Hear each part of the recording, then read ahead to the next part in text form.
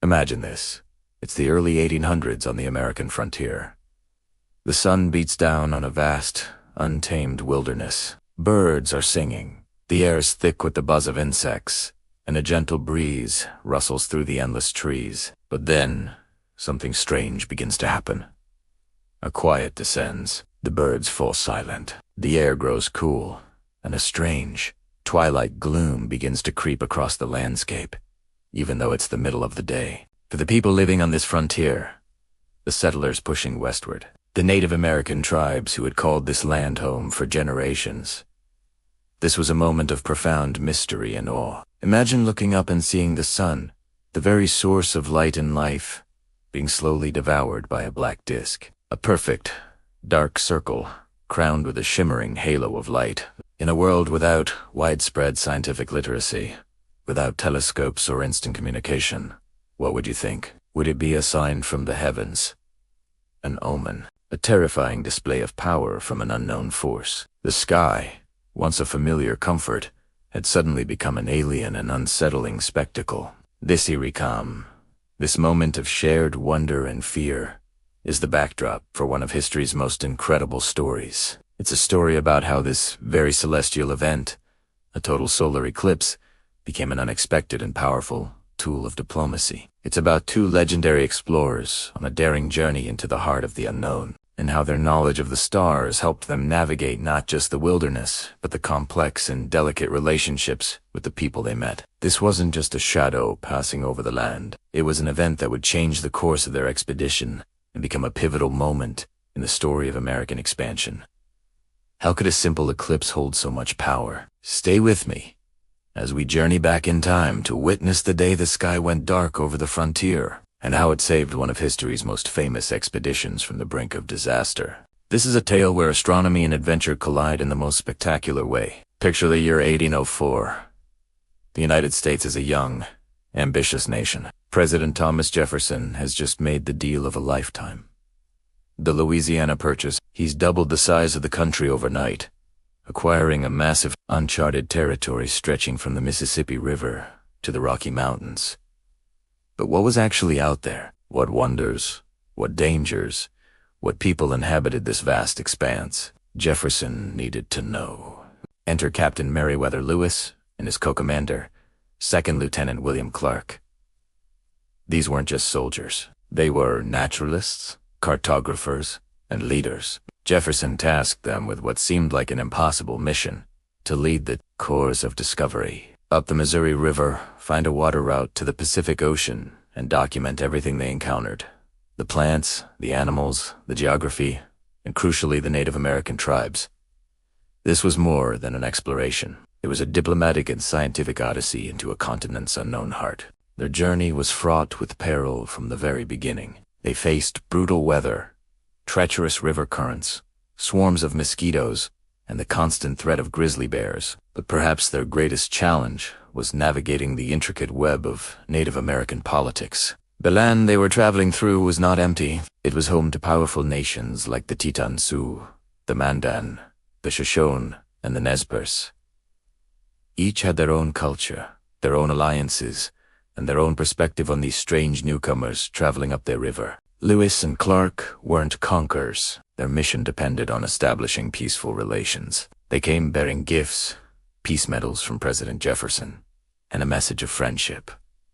But trust was a fragile commodity. Misunderstandings were easy, and tensions could flare up in an instant. In September 1804, they had a tense, near-violent standoff with the Teton Sioux, who controlled a key section of the Missouri River.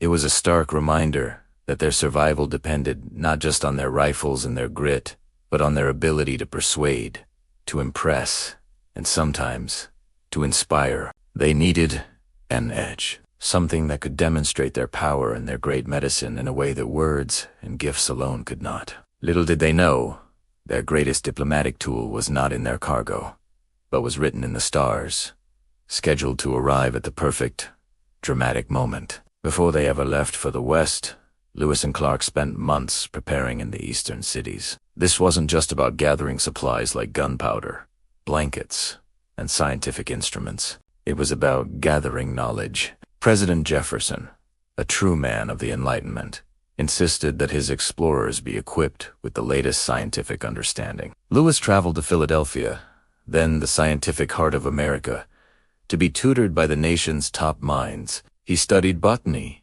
zoology, and medicine, but most importantly for our story, he studied celestial navigation. Under the guidance of astronomer Andrew Ellicott, Lewis learned how to use tools like the sextant and the chronometer to determine their precise longitude and latitude. This was essential for mapping the new territory, but this training gave him something else: a deep understanding of the predictable, clockwork nature of the cosmos. Crucially, among the books and charts they packed for their journey was a nautical almanac. This was essentially a guidebook to the sky. It contained tables predicting the positions of the sun, the moon, the planets, and the stars for years in advance. And within its pages was a forecast for a very special event. The almanac predicted that on June 16th, 1806, a total solar eclipse would be visible across a large swath of North America. Think about the power of that knowledge. In an era when such an event would cause widespread panic and be seen as a supernatural sign, Lewis and Clark knew it was coming. They knew the exact day, the approximate time, and the path it would take. It was a secret weapon, a piece of foreknowledge that set them apart from everyone else on the continent. As they battled their way up the Missouri and over the Rocky Mountains, they carried this astronomical ace up their sleeve. They didn't know if or how they would use it, but they knew that on that specific day in June, the heavens themselves would put on a show. The question was, would they be in a position to turn that celestial performance to their advantage? It was a prediction that would eventually transform them from mere explorers into what must have seemed like powerful magicians. Let us fast forward to the spring of 1806. The course of Discovery is on its long journey home. They've reached the Pacific Ocean, survived a miserable, rain-soaked winter, and are now heading east, back across the rugged Bitterroot Mountains in Motor Day, Idaho. But they've hit a major obstacle: snow. The mountain passes are buried under 15 to 20 feet of it, making them completely impassable. They are stuck. They find themselves guests among the Nez Perce tribe, a generous and powerful people who had helped them months before on their westward journey. The Nez Perce feed them and shelter them, but patience is wearing thin on both sides. The explorers are restless, eager to get home after 2 long years. Their supplies are dwindling, and the delay is frustrating. Some of the Nez Perce, meanwhile, are growing suspicious. Who are these men, lingering in their lands for so long? Are their intentions truly peaceful?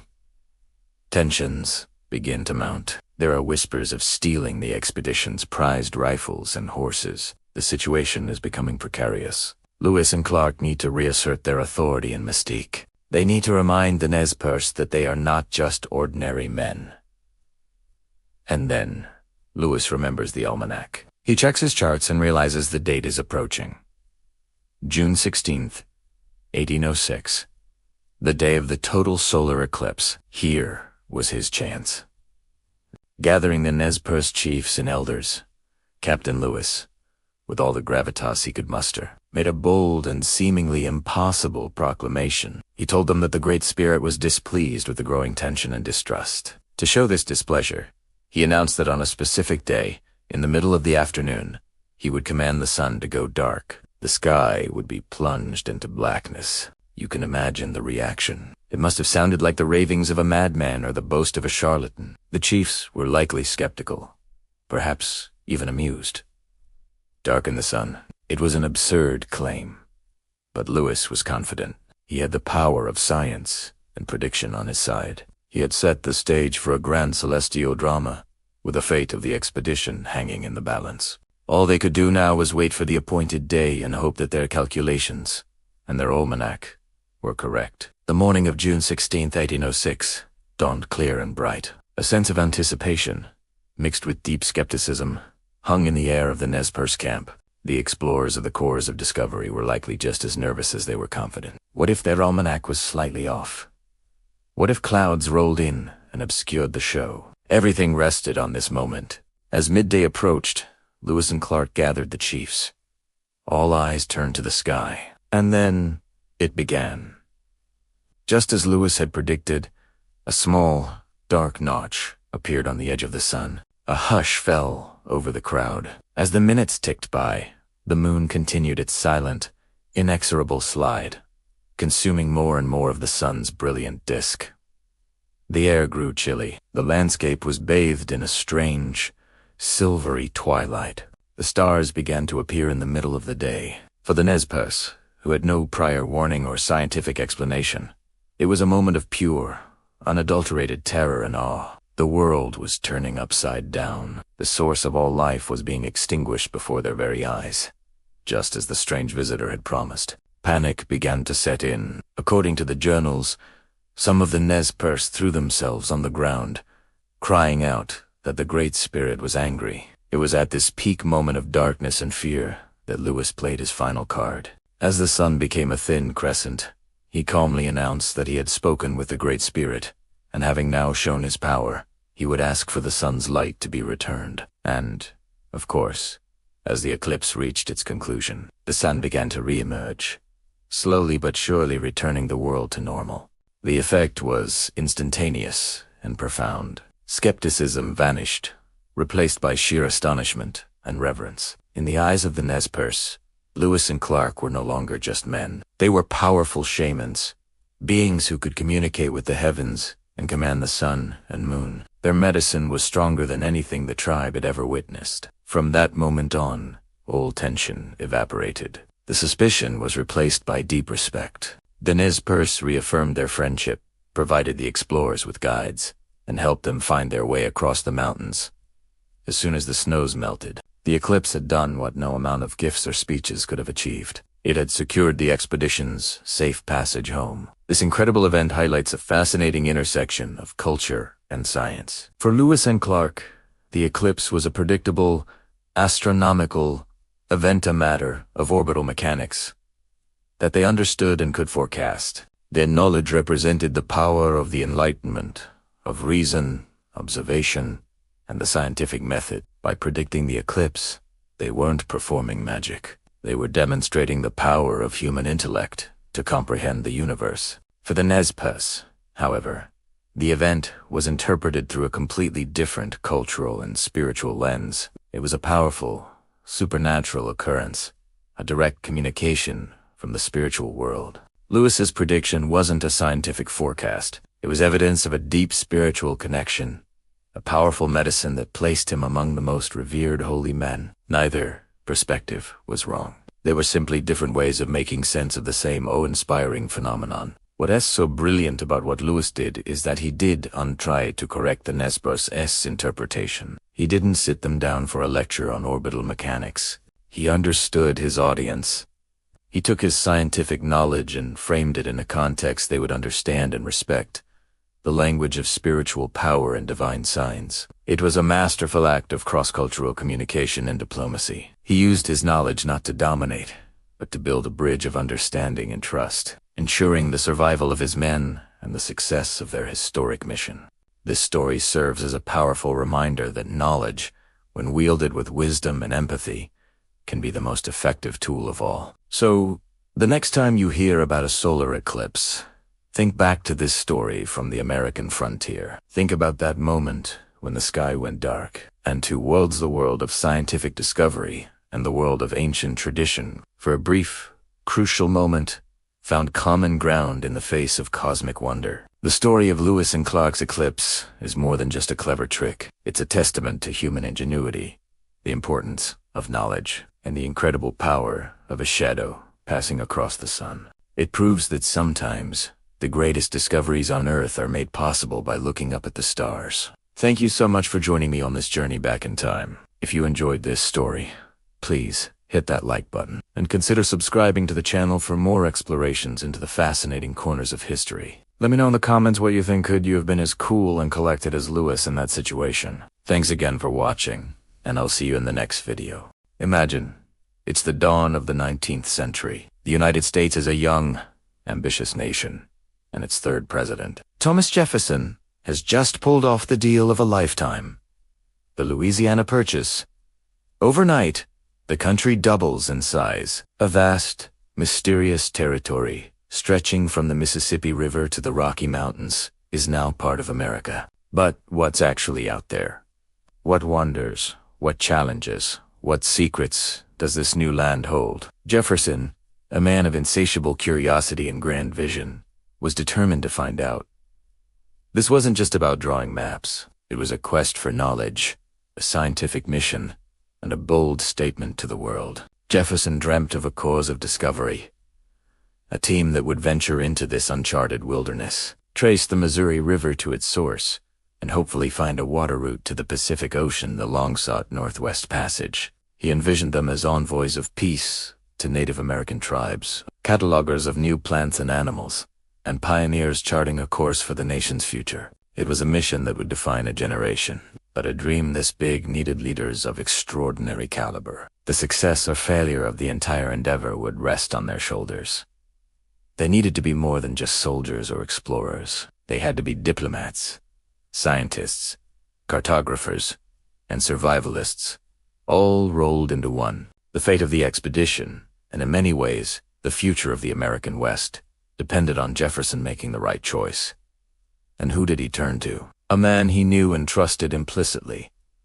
His own private secretary, Captain Meriwether Lewis.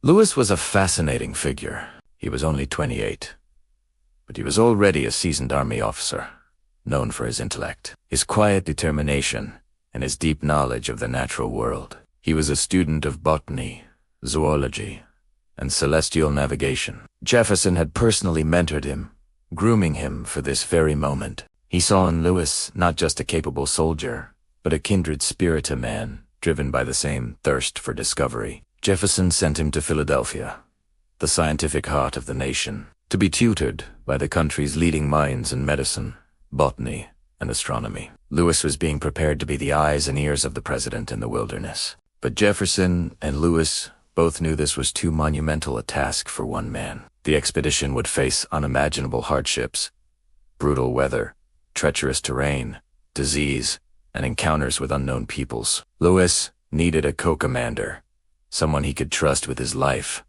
a partner who would complement his own skills. His choice was immediate and unwavering.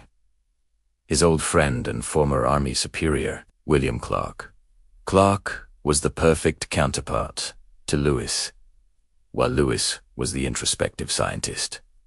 Clark was the pragmatic, outgoing frontiersman. He was an expert navigator, a skilled mapmaker, and a natural leader who knew how to manage men in the toughest conditions. He understood the rhythms of the river and the ways of the wilderness. His experience living and fighting on the frontier gave him a practical grit that was indispensable. Though a bureaucratic issue meant he officially held the rank of Lieutenant, Lou insisted they share command equally. In their journals and in the eyes of their men, they were always Captain Lewis and Captain Clark.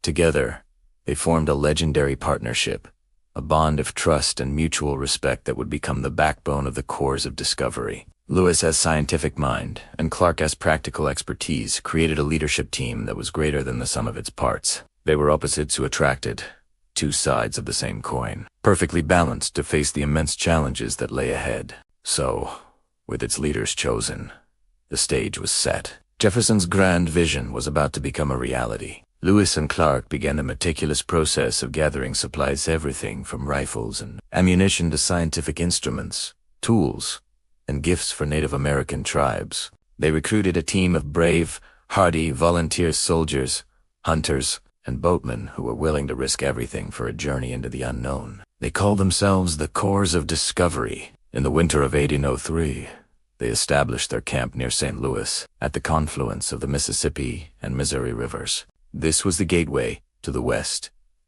the very edge of the known world for most Americans at the time. Here, they trained, organized, and prepared for the epic journey ahead. The air was filled with a sense of anticipation, a mixture of hope, excitement, and a healthy dose of fear. They were about to step off the map, to venture into a land of myth and rumor, on a mission that would change America forever. The dream was no longer just Jefferson's.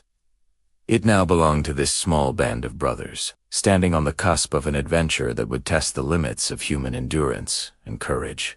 Their journey up to mighty Missouri would be the first chapter in the great story of the American West, a story of discovery, of hardship, and of the unyielding spirit of exploration. Thank you so much for watching this first chapter of our journey. If you're as fascinated by this epic tale as we are, make sure to hit that subscribe button and turn on notifications so you don't want to miss the next episode, where the course of discovery finally pushes off into the powerful currents of the Missouri River.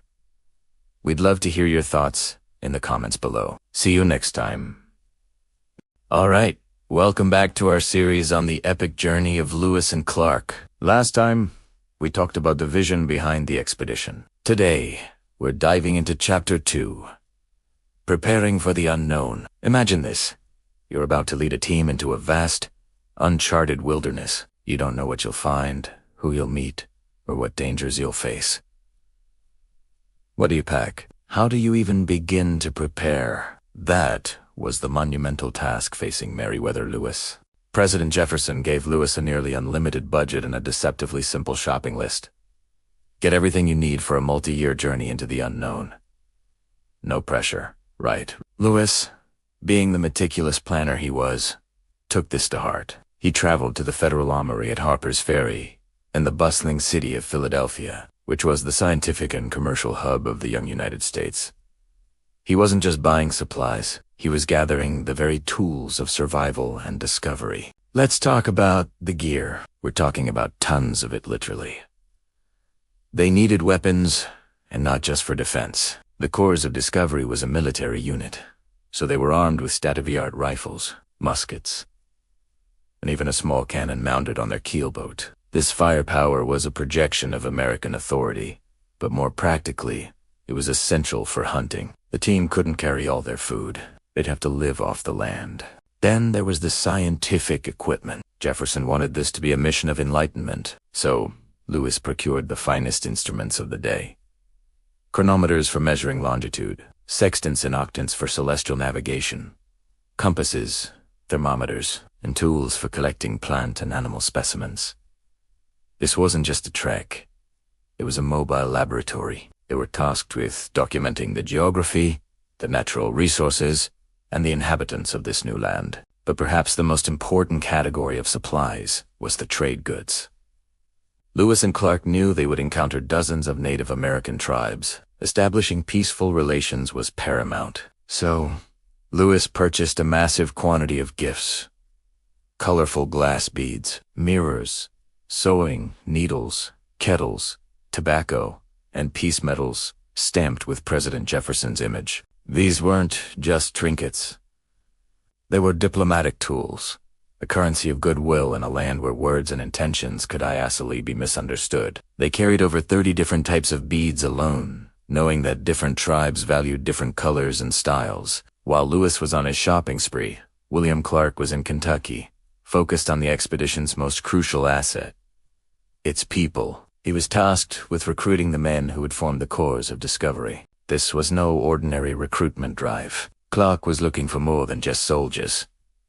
He needed good hunters, stout, healthy, unmarried men, accustomed to the woods, and capable of bearing bodily fatigue in a pretty considerable degree.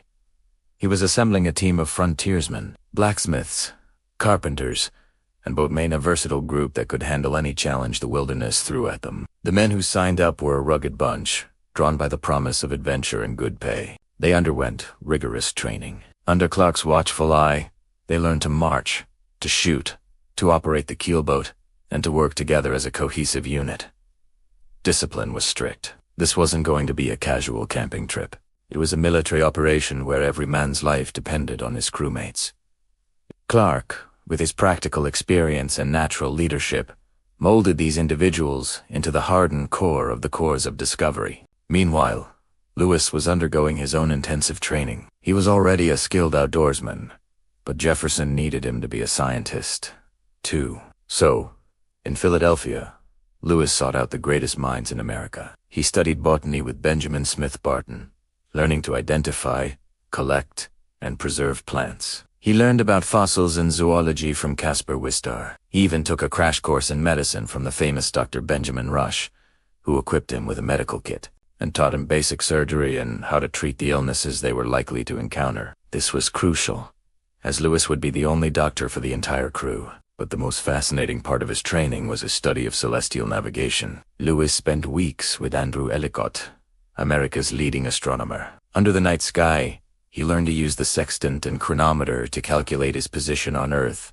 by observing the sun, the moon, and the stars. This was incredibly complex stuff. It involved intricate mathematical calculations and precise observations. Why was this so important? Because their primary mission was to map a water route to the Pacific. Accurate maps required accurate coordinates. Every river bend, every mountain range had to be plotted correctly. Lewis's ability to shoot the sun and read the stars would be the key to turning a journey into a map. He learned about astronomical predictions, like eclipses. Knowing when these events would happen in advance allowed him to calibrate his instruments and verify his longitude calculations. It seems like an obscure skill, but on the frontier, with no landmarks to guide them, the heavens were their only reliable map. This knowledge would prove surprisingly vital later in the journey, not just for mapping, but for demonstrating his power and knowledge to Native American tribes, sometimes with dramatic effect. By the late summer of 1803,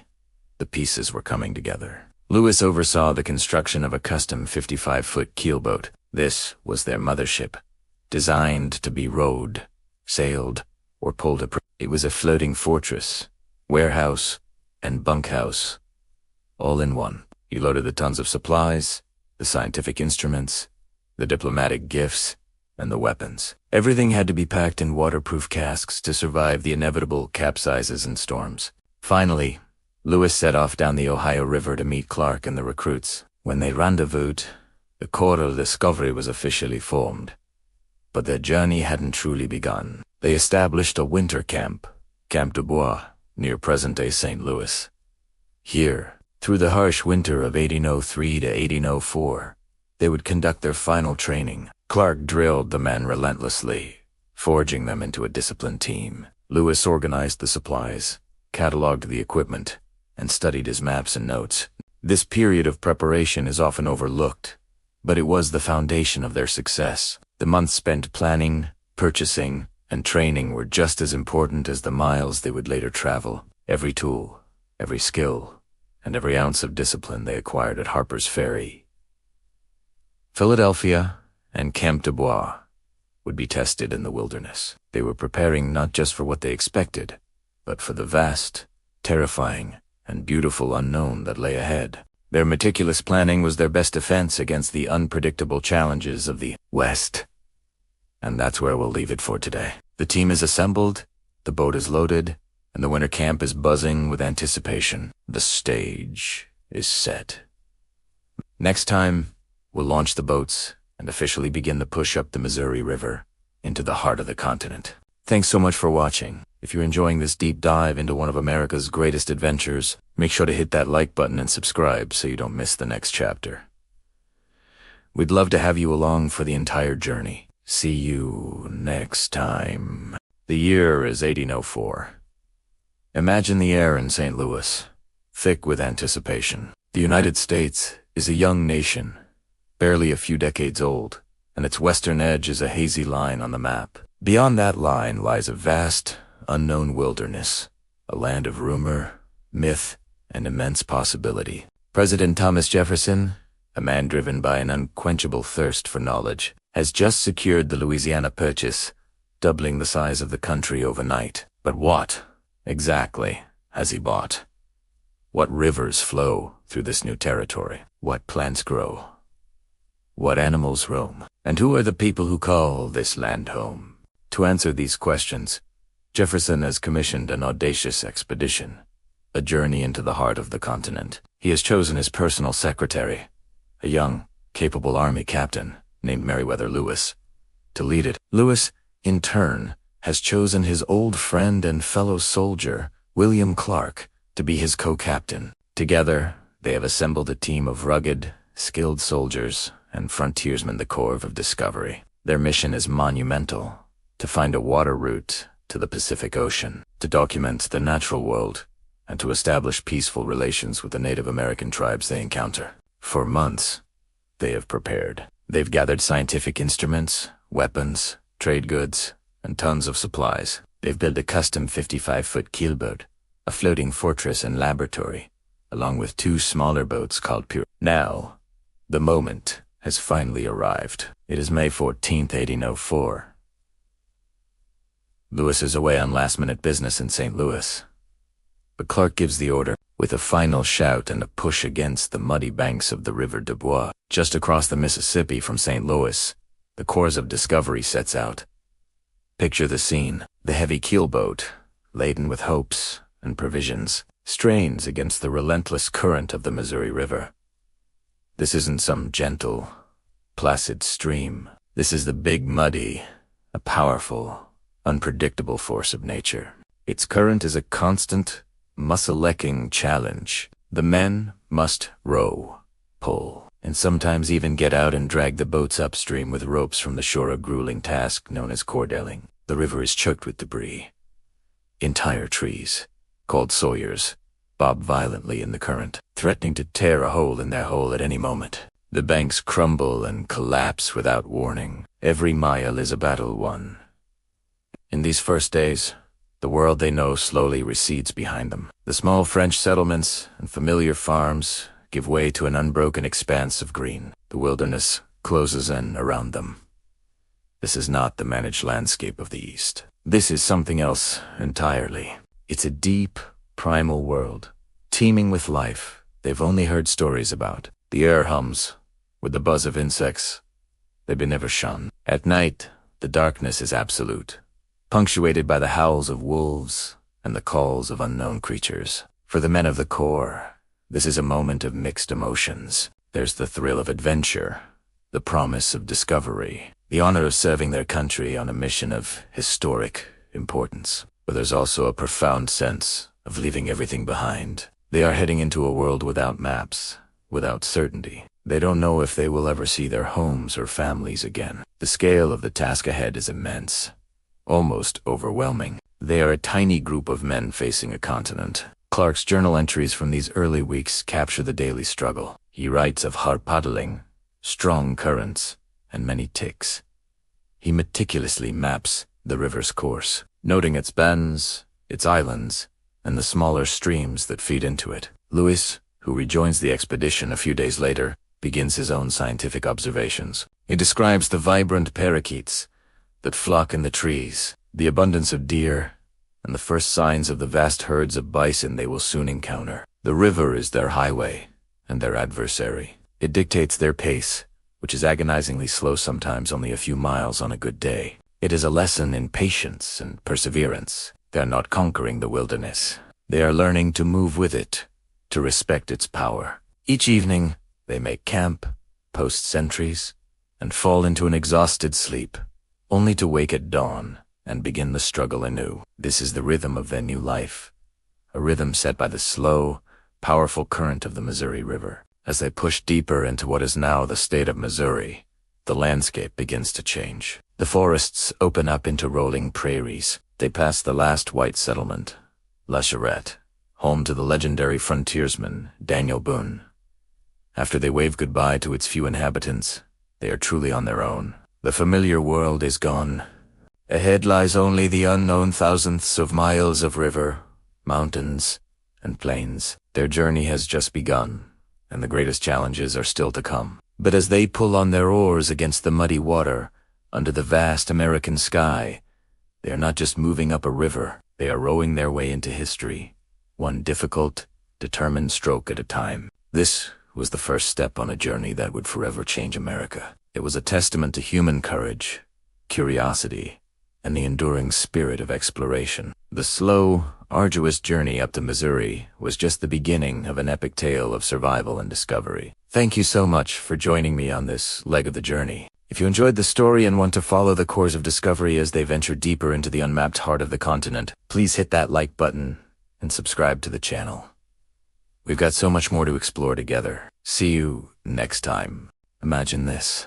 You're pushing a 55-foot keelboat up a river against the current, day after day. The sun is beating down, the work is backbreaking, and every bend in the river reveals a land no American has ever mapped. This was the daily reality for Lewis and Clark and the Corps of Discovery. But the physical challenges were just one part of their journey. their eldest navigating the complex human landscape of the Missouri River. Welcome back to our series on Lewis and Clark. In this chapter, First Encounters, we re-dive into one of the most critical aspects of the entire expedition, their interactions with the Native American tribes who had called this land home for centuries. This wasn't an empty wilderness. It was a vibrant, populated continent, and the success or failure of the expedition hinged on diplomacy. President Jefferson had been very clear in his instructions. Lewis was to inform the tribes of American sovereignty, promote peace among them, and establish trade relationships. To do this, the Corps came prepared. They were loaded with what they called Indian presents: medals, tools, colorful beads, tobacco, and military uniforms.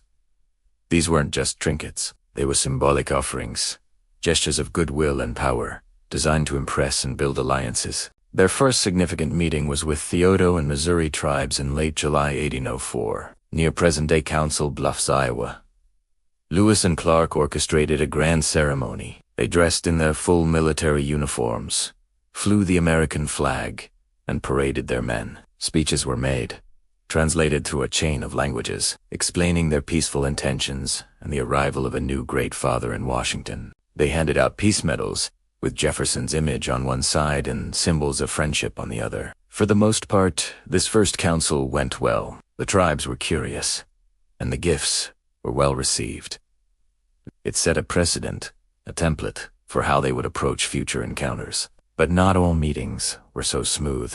As they pushed further north, they entered the territory of the powerful Teton Sioux, also known as the Lakota. This was a different ballgame entirely. The Teton Sioux were masters of the plains, controlling trade along this stretch of the Missouri. They weren't easily impressed by a few medals and a fancy speech. In late September, the expedition had a standoff that nearly ended in bloodshed. The Teton Sioux demanded a toll for passage up the river, a customary practice. Lewis and Clark, viewing this as a challenge to American authority, refused. The tension was palpable. Warriors armed with bows and arrows lined the riverbank. Clark drew his sword, and Lewis ordered his men to ready their weapons. For a moment, a single wrong move could have sparked a battle that the small corps of Discovery would almost certainly have lost. So what happened? How did they avoid disaster?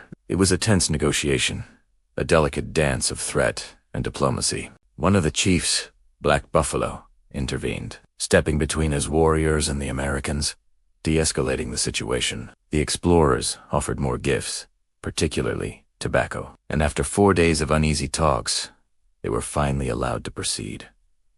This encounter was a harsh lesson. It taught Lewis and Clark that their military uniforms and grand pronouncements meant little to a powerful, independent nation like the Teton Sioux. They learned that respect, patience, and knowing when to stand firm and when to be flexible were far more valuable than any weapon. These encounters, friendly and tense, were a constant feature of their journey. They met the Yankton Sioux, who were welcoming and eager for trade. They parleyed with the Arikara, who were agriculturalists, living in large earth. With each tribe, Lewis and Clark gathered crucial information about the geography ahead, the resources available, and the complex web of intertribal politics. The explorers were walking a tightrope. They were representatives of a new, ambitious nation, but they were also a tiny, vulnerable group of men deep in foreign territory. Their survival depended on their ability to read people, to understand different cultural perspectives, and to build trust where there was none. They had to be diplomats, traders, soldiers, and anthropologists, all at once. Think about the communication challenges. They often relied on a chain of translators. An English phrase would go to French, then to Hidatsa, then to Shoshone, and then back again. Imagine playing a game of telephone where the fate of your entire mission hangs on the message getting through clearly. It's a miracle they managed as well as they did. As the autumn of 1804 approached, the air grew colder, and the river threatened to freeze. The expedition had traveled nearly 1,600 miles. They were exhausted and knew they couldn't make it over the Rocky Mountains before winter. They needed a place to stay, a safe haven to wait out the harsh northern plains winter. Their journey led them to the villages of the Mandan and Hidatsa people, near present-day Bismarck, North Dakota. These were not small, nomadic bands. This was a major hub of commerce, a bustling metropolis of several thousand people living in large, sturdy earth lots. The Mandan were known for their hospitality, and they welcomed the Americans.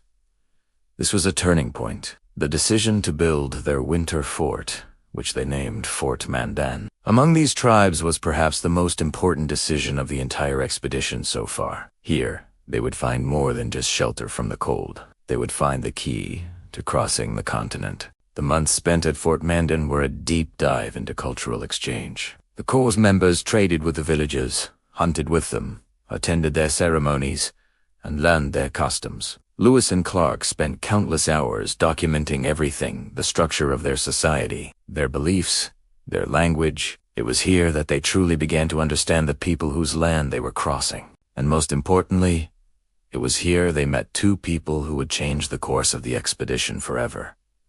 A French-Canadian fur trader named Toussaint Carbona and his young Shoshone wife, a woman named Sacagawea. She had been captured from her people years earlier and had a story of resilience and survival that was incredible in its own right. But for Lewis and Clark, she was more than just a guide's wife. She was Shoshone, and they knew that to cross the mountains, they would need horses, and the people who had the horses were the Shoshone. Sacagawea, with her knowledge of the land and her ability to speak the language, was the missing piece of the puzzle they desperately needed. Their first encounters along the Missouri River were a crucible for the Corps of discovery. They were tested, they made mistakes, and they learned invaluable lessons. They learned that the continent was not an empty space to be claimed, but a complex world of nations with their own traditions, economies, and power structures. The skills of diplomacy, the show of respect, and the extension of friendship proved to be their most important tools. As they settled in for the winter at Fort Mandan,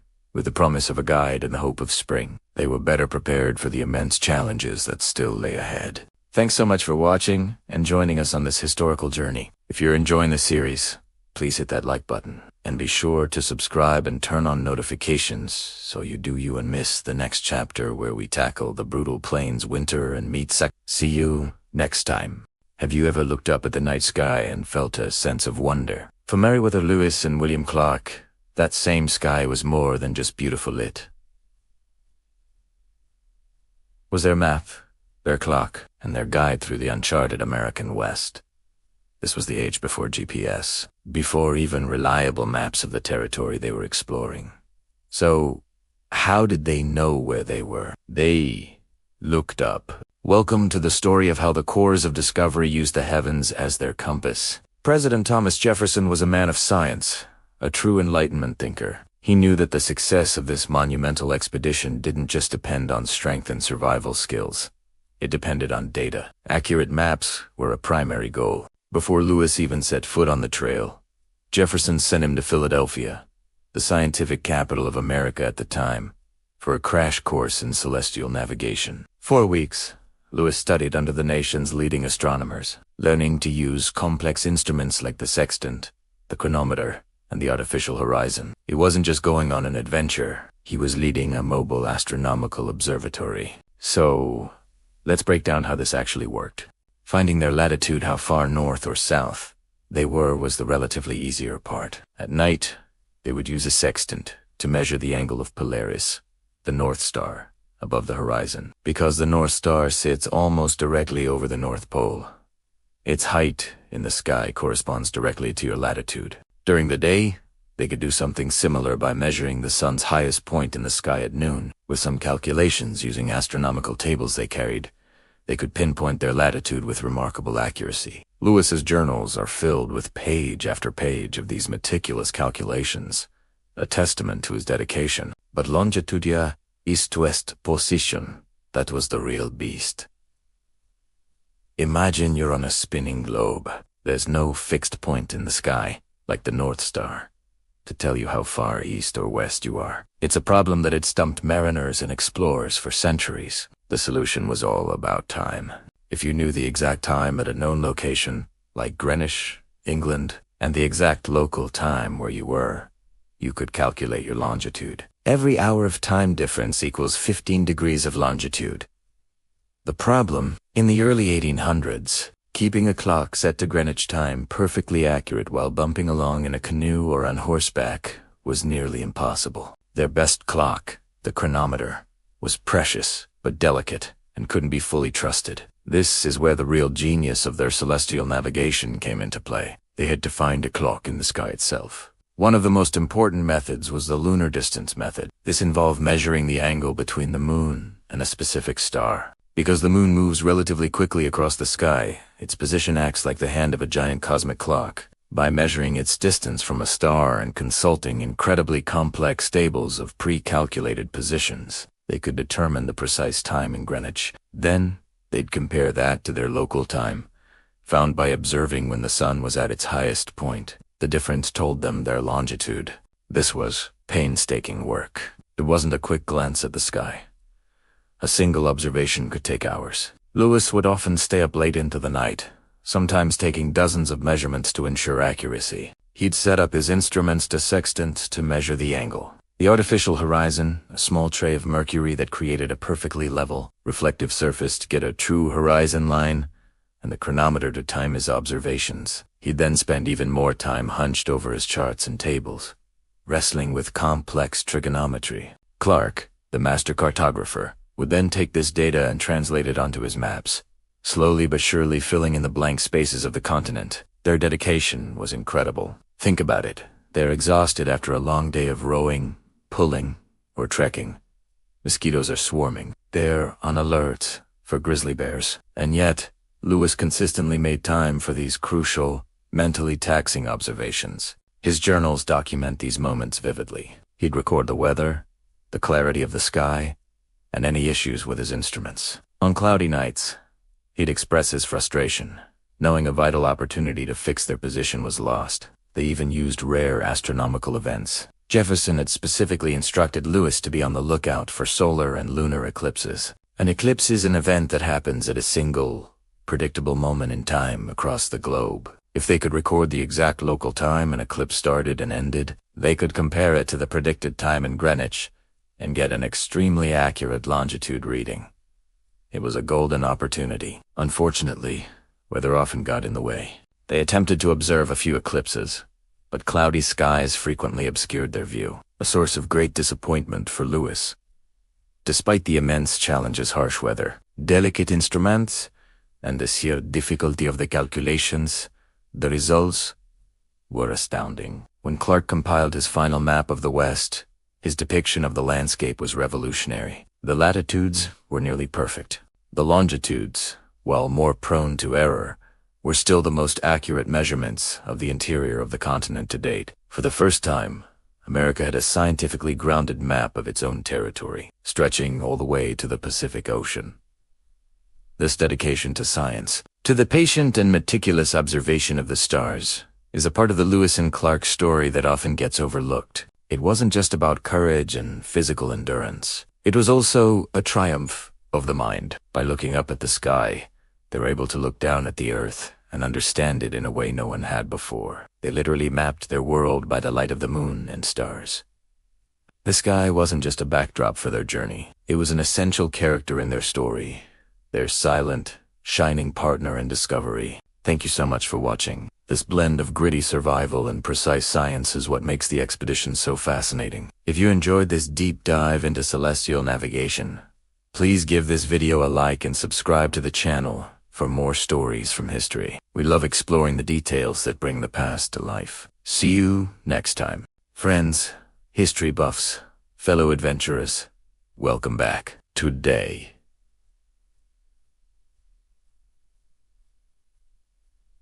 we're re-diving deep into a moment from the Lewis and Clark expedition that feels like it is straight out of a Hollywood movie. It's a story about science, timing, and a little bit of celestial magic. We're talking about the Great Solar Eclipse of 1806.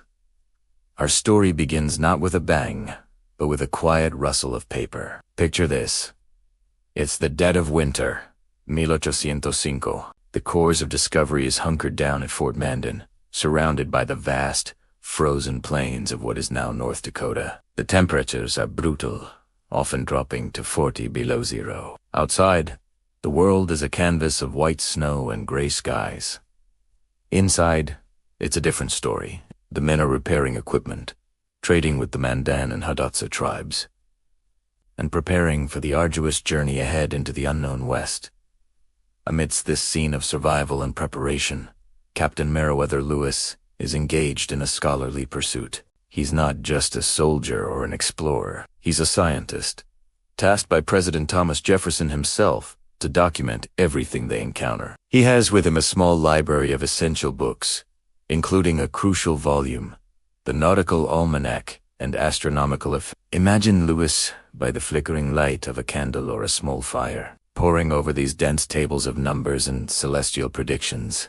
These weren't easy-reading paperbacks. They were complex scientific documents used by sailors and astronomers to navigate by the stars. As he traces the columns with his finger, a specific entry catches his eye. It's a prediction for a total solar eclipse. He pulls out his journal and carefully records the finding. The date, June 16th, 1806.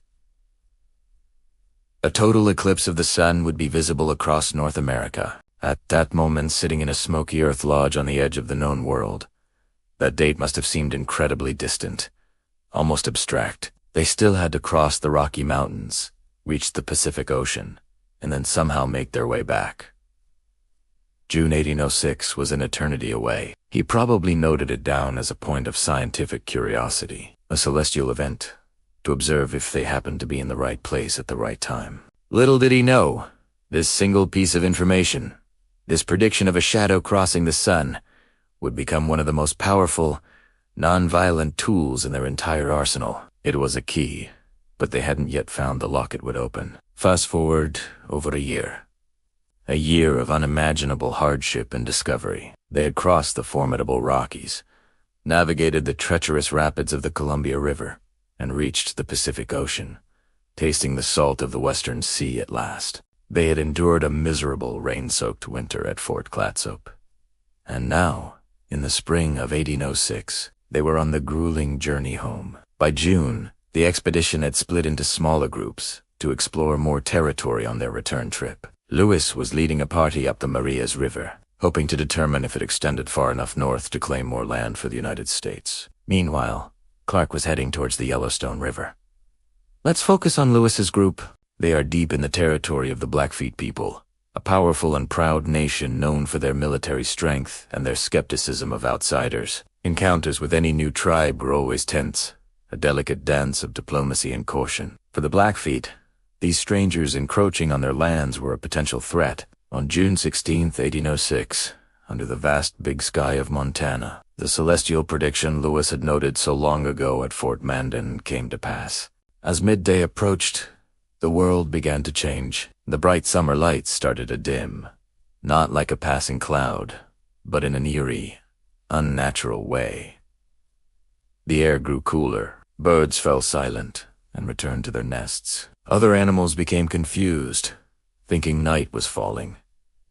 And then, it happened. The moon moved directly in front of the sun, and for a few breathtaking minutes, daylight vanished. The sun's brilliant corona, its ghostly, silvery atmosphere, shimmered in the darkened sky. Stars, invisible just moments before, pricked the sudden twilight. For the men of the expedition, who knew it was coming, it was a spectacular, awe-inspiring sight. A moment to connect with the cosmos and confirm the precision of their science. But imagine you're a member of the Blackfeet tribe, witnessing this without any warning. The sun, the source of all life and light, is being devoured in the middle of the day. It would be a terrifying, powerful omen.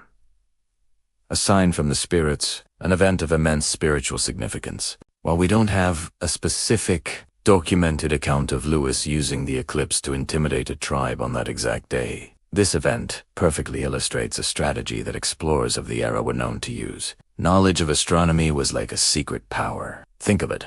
If you can predict when the sun will disappear and then reappear, you appear to have a direct line to the heavens. You seem to control the very sky itself. This concept wasn't new. Christopher Columbus famously used his knowledge of a lunar eclipse in 1504 to intimidate the indigenous people of Jamaica into providing him with food. By predicting the moon would turn the color of blood, he convinced them he had angered his god, who was now punishing them by taking away the moon. When the terrified locals begged him to restore it, He negotiated with his god, and right on schedule, the eclipse ended. The supplies came flooding in. For Lewis and Clark, this knowledge was a card they held in their hand, ready to be played if necessary. Throughout their journey, they used their scientific instruments, compasses, sextants, chronometers, not just for navigation and mapping, but also for what we might call diplomatic theater. They would demonstrate these magical objects to the Native American leaders. The Irgun, a rifle that fired without smoke or a loud bang, was a source of constant amazement. A magnifying glass that could start a fire from sunlight seemed like pure magic. These demonstrations were designed to establish their authority. They weren't just a ragged group of travelers. They were men with special knowledge, men who were in tune with forces the tribes might not understand. It built a sense of respect to AW, and sometimes a healthy dose of fear. It suggested that these were powerful men, perhaps powerful spirit men, who were best treated as friends rather than enemies. The solar eclipse of 1806 was the ultimate demonstration of this power. Even if Lewis didn't directly leverage it in a specific confrontation, the very fact that they were unfazed by it, while others may have been terrified, would have sent a powerful message. It reinforced their image as men who understood the deepest secrets of the universe. In a world governed by signs, spirits, and the power of nature, being able to predict the behavior of the sun and moon was the ultimate power move. So, that quiet moment of study back at Fort Mandan, when Lewis copied down a few numbers from an almanac, rippled through time and space. It transformed from a simple piece of data into a tool of psychology, diplomacy, and survival. It's a reminder that on this epic journey, scientific knowledge, was just as important as guns, food, or canoes. It was the key that helped them navigate not just the rivers and mountains, but the complex human landscape of the American West. It's just incredible to think about. A shadow passing over the sun, an event predicted years in advance using math and observation, playing a role in one of the greatest exploration stories in history. It shows that sometimes the most powerful weapon you can have is simply knowing what is coming next. Thank you so much for joining me on this journey back in time. If you found this story as fascinating as I do, please hit that like button and consider subscribing for more deep dives into the hidden corners of history. We'd love to have you as part of our community. Until next time, stay curious. Imagine this. The year is 1804. The autumn air is turning crisp, and the Missouri River is beginning to show the first signs of ice. For the Corps of Discovery, the long, arduous journey upriver has reached a temporary halt. They've traveled over 1,600 miles, but with winter closing in, pushing further would be suicide. This is where Chapter 7 of their incredible saga begins. A season of survival, diplomacy, and a fateful encounter that would change the course of their mission forever. Welcome back to our series on the Lewis and Clark expedition. Today, we're diving into their transformative winter among the Mandan and Hidatsa people. As the first snowflakes began to fall, Lewis and Clark knew they needed a safe haven. They found it near the confluence of the Knife and Missouri rivers, in what is now central North Dakota. This wasn't an empty wilderness. It was the bustling heartland of two powerful and sophisticated agricultural tribes, the Mandan and the Hidatsa. They lived in 5 large, well-fortified villages, comprised of distinctive earth, large, spacious, circular homes built from timber, willow, and packed earth. These weren't just simple huts. They were engineering marvels, warm in the winter and cool in the summer, capable of housing entire extended families, their horses, and their most valuable possessions. The arrival of 30-some armed outsiders could have easily sparked conflict, but from the outset, the interactions were surprisingly peaceful, built on a foundation of mutual curiosity and necessity. The Mandan and Hidatsa were seasoned traders and diplomats, positioned at the center of a vast trade network that stretched from the Rocky Mountains to the Great Lakes. They saw the Americans not just as a curiosity, but as potential new partners. For Lewis and Clark, the tribes were their lifeline. The Corps had the tools and trade goods, but the tribes had the essential resource they lacked: food, corn, beans, squash, and dried buffalo meat were the currency of survival. So, the Corps set to work. Just downriver from the main Mandan village, they began constructing their winter quarters. felling cottonwood trees with their axes, the men built a sturdy triangular fort. They named it Fort Mandan, in honor of their new neighbors. It was a rugged but functional outpost, with 2 rows of huts facing each other, connected by a high palisade wall and a gate for security. Inside these cramped quarters, they would endure one of the most brutal winters on record, with temperatures plummeting to a bone-chilling 45 degrees below zero. The sentries had to be changed every half hour to prevent frostbite from claiming their fingers and toes. Life inside Fort Mandan settled into a routine. The men repaired their equipment, sewed new clothing from animal hides, and made moccasins for the journey ahead. Lewis and Clark, ever the diligent leaders, spent countless hours updating their journals, drawing maps based on information from the tribes, and documenting the local flora and fauna. They were particularly fascinated by the Mandan and Hidatsa way of life. They recorded everything: their social structures, their religious ceremonies, their agricultural techniques, and their stories, which were passed down through generations. The winter wasn't just about hunkering down. It was a constant, dynamic, cultural exchange. Members of the Corps were frequent visitors to the Earth Lodge villages, and the Mandan and Hidatsa, in turn, often visited the fort. They shared meals, traded goods, and even celebrated holidays together. When Christmas Day arrived, the men of the Corps celebrated with what they had. They fired their cannons in a festive salute, raised the American flag, and enjoyed a special ration of rum. The Mandan, drawn by the commotion, joined the festivities, marveling at the strange customs of the newcomers, particularly the fiddle music and energetic dancing of the men. This period of relative peace and cooperation was a testament to the diplomatic skills on both sides. Chiefs like Black Cat of the Mandan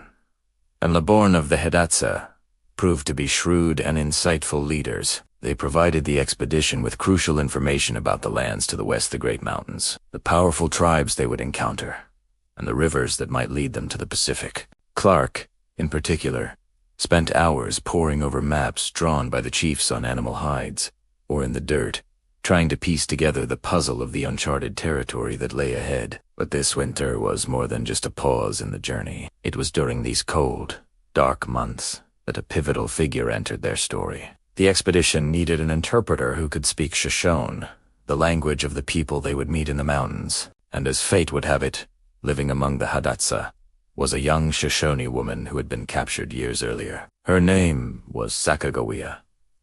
Her husband, a French-Canadian fur trader named Toussaint Charbonneau, was hired by the captains primarily to secure her services. At just 16 or 17 years old and pregnant with her first child, Sacagawea's life was about to intersect with one of history's greatest adventures. In February 1805, inside the rough walls of Fort Mandan, Sacagawea gave birth to a baby boy, Jean-Baptiste Carbonnet. Clark, who grew deeply fond of the child, affectionately nicknamed him Pomp or Pompey, which is Shoshone for firstborn. The presence of Sacagawea and her infant son would profoundly change the expedition's dynamic. A traveling party with a woman and a baby was not a war party. Her presence would become a symbol of peace, an olive branch that would open doors and soften encounters with the tribes they would meet on their path to the Pacific. As the brutal winter finally began to relent, the ice on the Missouri started to break up with a thunderous roar. The air grew warmer, and the sense of anticipation at Fort Mandan was palpable. The expedition was ready to move on. They had survived the cold, solidified crucial alliances, and gained an invaluable new member. On April 7, 1805, the Corps of Discovery split. A small crew captained the keelboat, Bytown River, carrying journals, maps, and specimens for President Jefferson, the first tangible results of the expedition. The rest of the Corps, now including Charbonneau and little Jean-Baptiste, pushed their canoes into the current and headed west, into a land completely unknown to white men. They were leaving the world they knew behind and stepping off the map. The most challenging part of their journey was just beginning. Thank you so much for joining us for this chapter of the Lewis and Clark expedition. Their winter with the Mandan was a crucial turning point, a story of survival, diplomacy, and the incredible people who shaped their journey. If you enjoyed this video, please give it a thumbs up and subscribe to our channel for more deep dives into history. Hit that notification bell so you don't miss the next chapter. where the Corps ventures into the wild heart of the American West. We'll see you next time. Hello everyone, and welcome back to our journey through American history. Today, we're rediving into one of the most dramatic and grueling chapters of the Lewis and Clark expedition. The final, desperate push to the Pacific Ocean. If you thought their journey so far was tough, you haven't seen anything yet. After their peaceful and restorative winter with the Mandan and Hidatsa peoples, the Corps of Discovery was ready to face the great unknown. They had supplies, they had Sacagawea's invaluable guidance, and they had a renewed sense of purpose. But what lay ahead was a landscape more formidable than anything they could have imagined. The Rocky Mountains. As they left the Great Plains behind, the terrain began to change dramatically. The gentle, rolling prairies gave way to jagged peaks and treacherous foothills. The easy-going Missouri River, their highway for so many months, became a series of rapids, waterfalls, and impassable canyons. Progress slowed to a crawl. The men were no longer just paddling. They were pulling, pushing, and portaging their heavy dugout canoes and all their supplies over rocky, unforgiving land. Imagine the sheer physical effort. Each day was a battle against gravity and the elements. The men were constantly soaked, whether from river spray or relentless rain. Their moccasins, made of soft leather, were shredded by the sharp rocks, leaving their feet bruised and bleeding. Food, which had been abundant on the plains, was now scarce. The hunters struggled to find game in the dense, unfamiliar forests. Days would go by with only a handful of berries or a small fish to share among the entire crew. Starvation was no longer a distant threat. It was a daily reality. The exhaustion was bone deep, not just physical but mental. Doubt began to creep in. Had they taken a wrong turn? Would they ever find the Shoshone people, from whom they desperately needed to acquire horses to cross the mountains? This was where Sacagawea's presence became more critical than ever. Not only did her knowledge of edible plants help supplement their meager diet, but her very presence was a symbol of peace to the native tribes they encountered. She was their key to survival.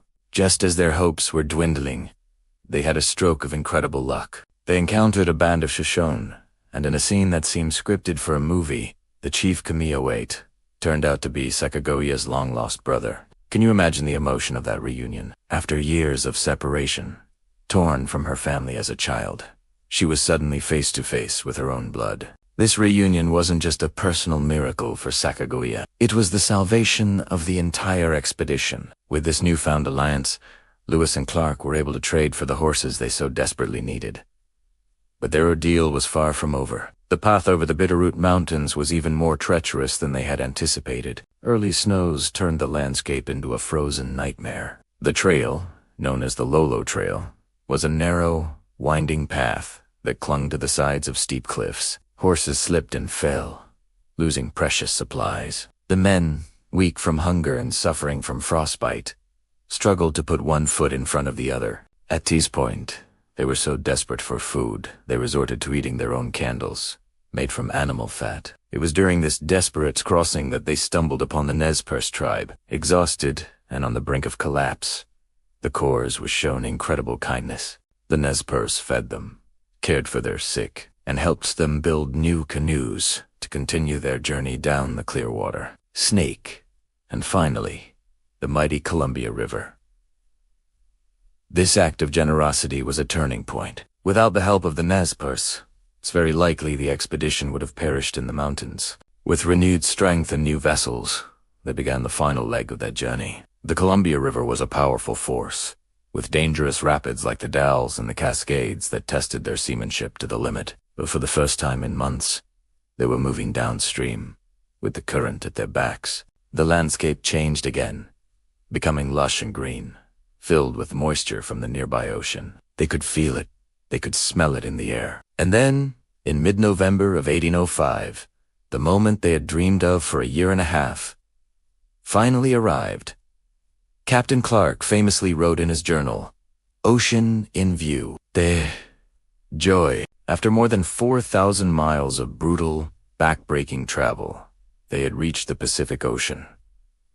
They had done it. They had crossed the continent. Standing on the shore, looking out at the vast, stormy expanse of the Pacific, The sense of accomplishment must have been overwhelming. They had mapped a route to the west, documented hundreds of new species of plants and animals, and established peaceful contact with dozens of Native American tribes. They had fulfilled a major part of that mission, but their journey was only half over. As they built Fort Clatsop, their winter encampment on the rainy Oregon coast, a new and daunting thought settled in. They had to do it all over again. They had to get home. The challenges they faced on the way west were now waiting for them on the return journey. They had survived the mountains, the rivers, and the exhaustion to reach the sea. But the long, hard road back to St. Louis lay ahead. Their ultimate survival and the success of their entire mission depended on making it home safely. What an incredible story of perseverance and human endurance. The final push to the Pacific tested every limit the Corps of Discovery had. Next time, we'll explore their dreary winter on the coast and the beginning of their equally epic journey home. Thank you so much for watching. If you enjoyed this chapter of American history, please hit that like button, subscribe to the channel, and ring the bell so you don't miss our next episode. See you then. Welcome back, history buffs. We re-diving into Chapter 9 of the incredible Lewis and Clark expedition. The long road back. By 1806, the Corps of Discovery had reached the Pacific Ocean and were now facing the monumental task of returning home. The journey back wasn't just about retracing their steps. It was a chance to explore even more of this vast, uncharted territory. Think about that for a moment. After surviving the wilderness, the treacherous mountains, and the unknown, their first thought wasn't just to rush home.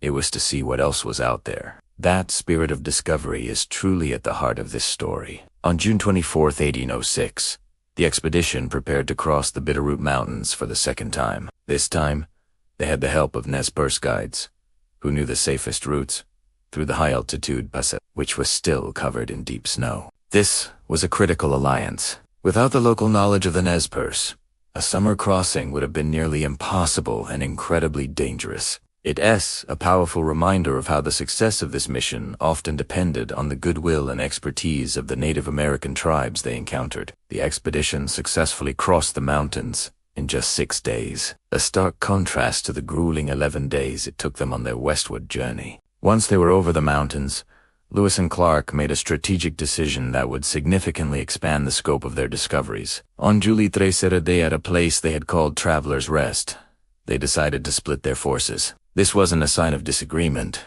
but a calculated plan to cover more ground and map more of the Louisiana Purchase. Captain Clark would lead a group south to explore the Yellowstone River, while Captain Lewis would take a more direct, northern route to the Great Falls of the Missouri River. This decision would lead both men into new adventures and new dangers, fundamentally shaping the final maps and reports of the expedition. Let's follow Captain Lewis's party first. He took a small detachment, including his trusted men Drulard and the Field brothers, and headed northeast. His goal was to explore the Marias River, a large tributary of the Missouri. Lewis had a hunch, a scientific curiosity, that this river might extend further north, possibly even into British territory. If it did, it would have significant implications for trade and territorial claims. This was a high-stakes reconnaissance mission. He was venturing into a region that was home to the Blackfeet Nation, a powerful tribe known for their warrior culture and their wariness of outsiders. Lewis was knowingly stepping into a potentially volatile situation, all in the name of science and national interest. Meanwhile, Captain Clark's group headed south. His party included Sacagawea, her husband Charbel, and their son, Jean-Baptiste, affectionately nicknamed Pomp. Sacagawea's knowledge of the landscape was once again invaluable. She guided Clark's party through the pass, now named in her honor, Bozeman Pass, and down to the Yellowstone River Valley. Clark's mission was to navigate this massive, uncharted river all the way to its confluence with the Missouri. He and his men constructed dugout canoes and began their descent, meticulously mapping the river's course, noting its tributaries, and documenting the abundant wildlife. The Yellowstone Valley was a paradise of game, teeming with buffalo, elk, and deer, providing ample provisions for the journey. Back on the Marias River, Lewis's small group was having a very different experience. The landscape was stark and less forgiving. On July 26th, their exploration took a dramatic and dangerous turn. They encountered a small party of 8 young Blackfeet warriors. Initially, the meeting was tense, but cordial. Lewis, using sign language, explained his peaceful intentions and invited them to camp together for the night. He hoped this encounter could establish a friendly relationship with the powerful Blackfeet nation. The two groups shared a pipe and exchanged information, with Lewis trying to convey the power and friendly intentions of the United States. He even gave one of the Blackfeet leaders a peace medal, but the night would not end peacefully. As the expedition members slept, the Blackfeet attempted to steal their rifles and horses. The commotion woke the men, and a desperate, chaotic fight erupted in the pre-dawn darkness. In the struggle, one of the Blackfeet warriors was fatally stabbed, and Lewis himself shot and killed another who was making off with a rifle. It was a tragic and violent confrontation, the only one of its kind during the entire 3-year expedition. Realizing the immense danger they were now in, Lewis and his men made a hasty retreat. They knew the main Blackfeet party would be seeking revenge. They rode relentlessly for nearly 24 hours, covering an astonishing 120 miles, before they felt relatively safe. This violent incident on the Marias River had lasting consequences. It created a legacy of hostility between the Blackfeet Nation and American traders and settlers for decades to come. For Lewis, it was a deeply troubling event that weighed on him heavily. He had gone to great lengths to foster peaceful relations with native tribes, and this violent end to his northern exploration was a bitter pill to swallow. He had successfully mapped the river and confirmed it didn't extend into Canada, but it came at a high cost. Exhausted and shaken, his party finally reached the Missouri River and began their journey downstream to rendezvous with Clark. While Lewis was fleeing from the Blackfeet, Clark's journey down the Yellowstone was relatively smooth, though not without its own challenges. They faced swarms of mosquitoes and had to deal with the constant work of navigating the powerful river. One of the most remarkable discoveries Clark made was a large, carved rock formation on the bank of the Yellowstone. He named it Pompey's Tower in honor of Sacagawea's son, Gian Baptisti. On this sandstone pillar, Clark inscribed his own name and the date, W.M. Clark, July 25, 1806. Today, this inscription remains the only physical evidence of the expeditionist's journey that is still visible on their route. It's a tangible link, a piece of history carved in stone, connecting us directly to that moment over 2 centuries ago. Finally, on August 12th, the two parties were reunited on the Missouri River, just a little downstream from the mouth of the Yellowstone. It must have been an incredible moment. Imagine the stories they exchanged, Lewis recounting his harrowing fight with the Blackfeet, and Clark describing the wonders of the Yellowstone Valley. But the reunion was overshadowed by another dramatic event. The day before, Lewis had been accidentally shot in the thigh by one of his own men, Pierre Crusat, who had mistaken him for an elk in the dense willows.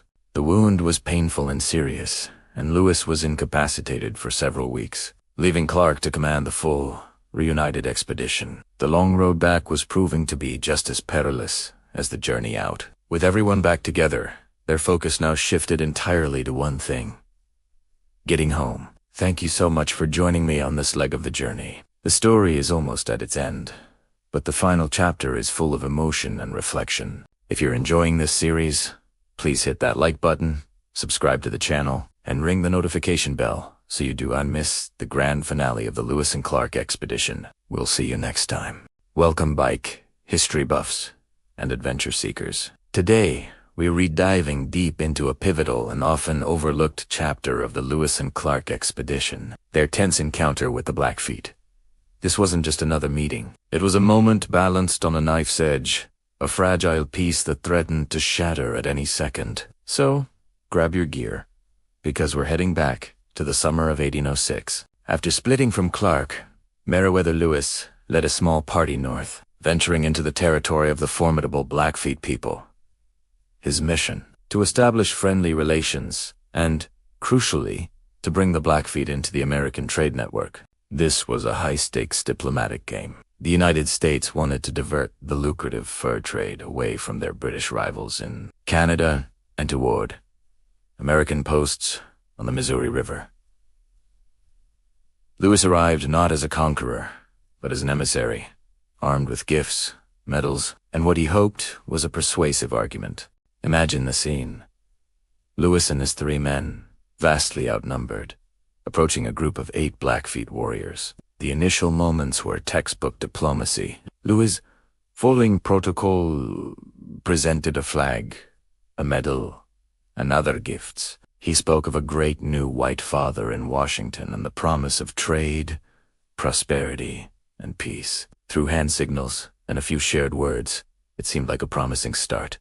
They shared a pipe, a universal symbol of peace, on the plains, and agreed to camp together for the night. There was a sense of cautious optimism in the air. Lewis probably felt a surge of relief. Perhaps the final first contact of the expedition, would be a smooth one.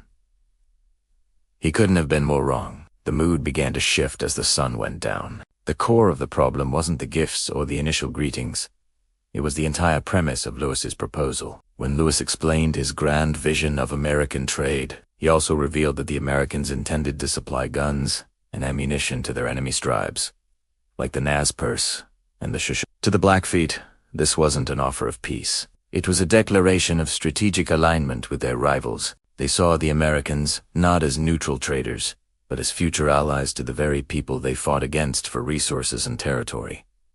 Think about it from their perspective. For generations, the Blackfeet had maintained a dominant position in the region, partly by controlling access to firearms from British traders. Now, this stranger was proposing to arm their adversaries, effectively leveling the playing field and threatening their security and way of life. The gifts, once seen as tokens of friendship, now seemed like bribes. The talk of a great father sounded less like a benevolent promise and more like a threat of a new, powerful force meddling in their world.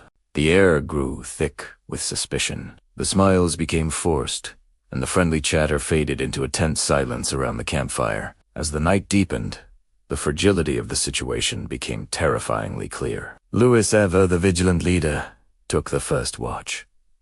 But the atmosphere was charged. The Blackfeet warriors were whispering amongst themselves, their glances toward the expedition's rifles growing more frequent. Lewis likely replayed the conversation in his head, realizing his diplomatic blunder. He had inadvertently positioned himself and his nation as an enemy. He wasn't just a traitor. He was a potential threat to their regional power. The peace they were sharing was as thin as the morning mist, and everyone in that small camp knew it could evaporate in an instant, leaving only conflict in its wake. The breaking point came just before dawn. As the sky began to lighten, the Blackfeet made their move. In a sudden, desperate gamble, they tried to seize the Americans' rifles and horses. The camp erupted into chaos. What had started as a diplomatic mission instantly devolved into a fight for survival. Shouts echoed in the cold morning air as Lewis's men, startled from their sleep, scrambled to defend themselves and their property.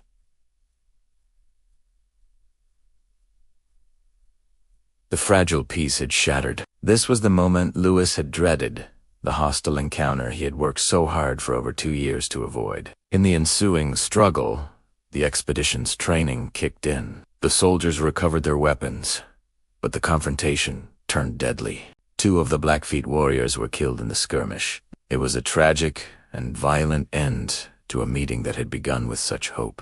Realizing their precarious position deep in Blackfeet territory, and now marked as enemies, Lewis and his men had no choice but to flee. They rode relentlessly, pushing themselves and their horses to the limit, not stopping for 24 hours until they reached the safety of the Missouri River and reunited with other members of the expedition. This violent clash, the only one of its kind during the entire 2-year journey, left a lasting and bitter legacy. For the Blackfeet, it confirmed their deepest suspicions about the Americans and solidified a hostility that would last for decades, shaping the future of the American West in ways Lewis could never have imagined. It was a stark reminder that good intentions are not always enough, and that cross-cultural encounters are fraught with complexities that can easily be misunderstood.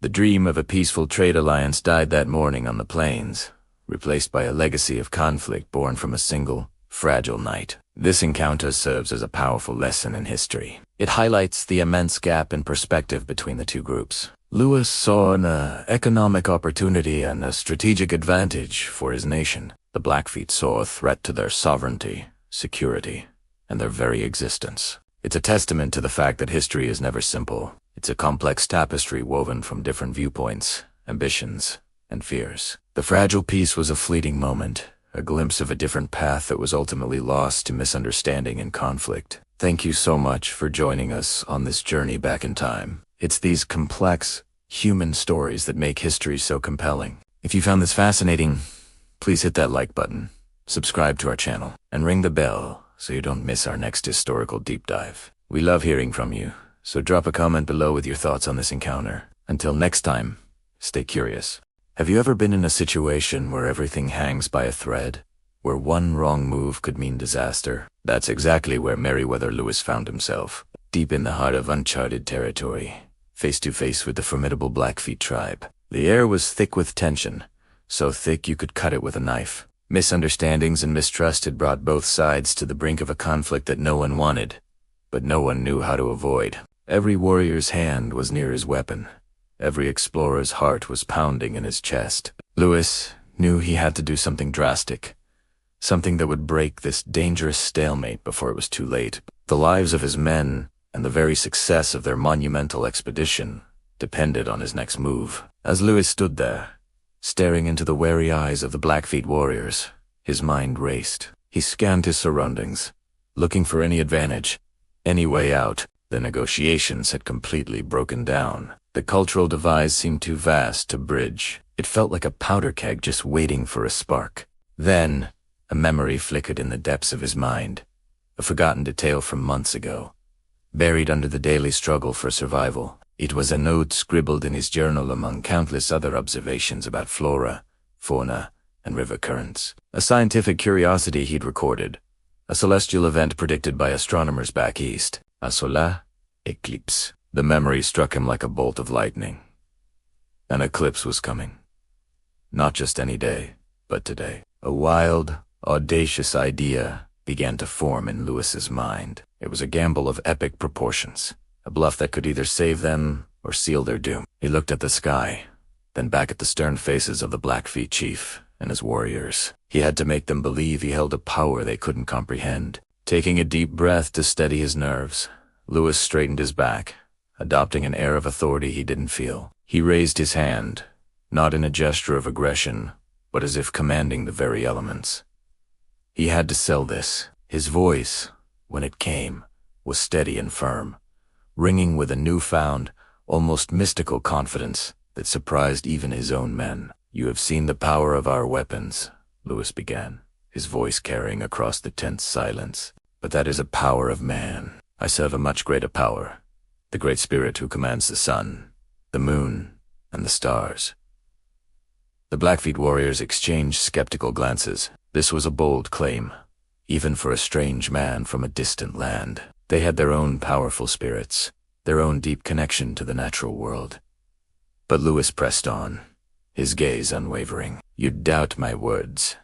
You believe your path is one of war with us. But my Great Spirit is not pleased with this conflict. He has given me a sign to show you his power and his displeasure." The warriors murmured amongst themselves, a mix of scorn and curiosity. The chief's expression remained unreadable.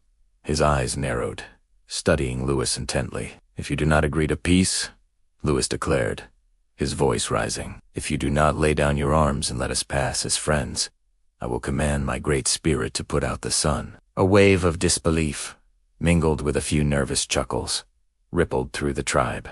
Blot out the sun, the source of all life. The absurdity of the claim was almost laughable. The sun was constant, eternal. No man could command it. A few of the younger warriors openly mocked the idea, pointing at the bright, midday sun as if to dare Lewis to try. The Corps of Discovery members looked on in stunned silence, wondering if their captain had finally lost his mind under the immense pressure. They knew nothing of his plan, of the astronomical secret he held. They only saw their leader making a seemingly impossible promise. The Blackfeet chief stepped forward, his face a mask of stone. "The sun is the life of the people," he said, his voice deep and resonant. "It is not a toy for a white man to play with." Lewis held his ground. "Then you will see," he replied calmly. "You will see the power I speak of. The Great Spirit will cloak the sun in darkness as a warning. He gestured towards the sky. "Watch. The sign will come." An uneasy silence fell over the clearing. The bluff had been called. Now, all Louis could do was wait and pray that his memory and the astronomer's calculations were correct. Every second felt like an eternity. The sun continued to beat down, relentless and unchanging. The skepticism on the faces of the Blackfeet warriors hardened into suspicion. Had he made a fatal mistake? Then it began. It was subtle at first, almost imperceptible. A slight dimming of the brilliant light. A faint, unnatural coolness that began to creep into the air. One of the warriors, shading his eyes, pointed towards the sun, a confused look on his face. Others followed his gaze. A tiny, dark sliver was beginning to bite into the edge of the sun's perfect circle. A murmur of awe and fear spread through the tribe. This wasn't a cloud. This was something else entirely, something they had never witnessed. The mocking smiles vanished, replaced by expressions of shock and disbelief. Even Louis's own men, who had been bracing for a fight, stared at the sky in wide-eyed wonder. As the moon continued its silent journey across the face of the sun, the sky began to transform.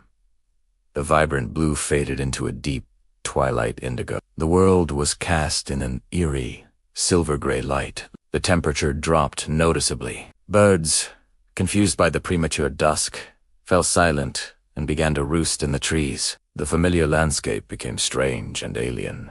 The Blackfeet warriors, who lived their lives in tune with the rhythms of nature, were visibly shaken. They had never seen anything like this. The natural order was being overturned before their very eyes. Their skepticism dissolved, replaced by a growing, primal fear. The impossible was happening. The white man was actually putting out the sun at the peak of the eclipse, with the sun reduced to a ghostly, shimmering corona around a black disk. The clearing was plunged into an unearthly twilight. A collective gasp rose from the crowd. The warriors, so fierce and proud just moments before, now looked to their chief with fear in their eyes. The chief himself stared at Louis, his face a mixture of awe and terror. All thoughts of battle had vanished, replaced by the overwhelming power of this celestial spectacle. Louis stood silently, letting the moment sink in, his expression calm and powerful. He had gambled everything on a shadow, and he had won. The heavens themselves had seemingly bent to his will. As the first sliver of sunlight reappeared, breaking the darkness, a collective sigh of relief went through the crowd. The light returned, slowly at first, then with increasing speed, chasing away the eerie twilight. The world began to feel normal again. The chief, his composure regained, but his eyes still wide with wonder, approached Louis. He looked not at an enemy, but at a man who seemingly conversed with spirits and commanded the heavens. The tension was gone, replaced by a profound respect and a healthy dose of fear. The chief spoke, his voice filled with a new deference. He agreed to peace. He would let the explorers pass without harm. Louis had turned a moment of scientific knowledge into a sign of divine power, saving the expedition from certain disaster. It was a day no one present would ever forget. Thank you so much for joining us on this incredible historical journey. If you are captivated by this story of quick thinking and celestial timing, please give this video a thumbs up. Don't forget to subscribe and hit that notification bell so you don't miss our next chapter. We love sharing these amazing stories with you, and your support makes it all possible. See you next time. Imagine it's the morning of June 16th, 1806.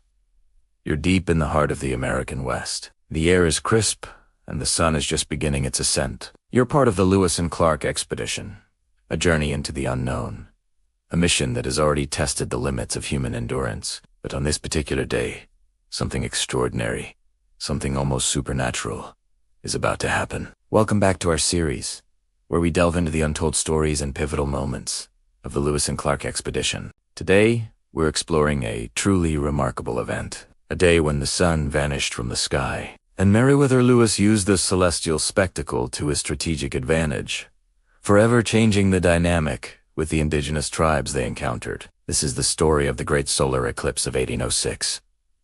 The expedition had been on the move for over 2 years. They had faced treacherous rivers, harsh winters, and complex negotiations with dozens of Native American nations.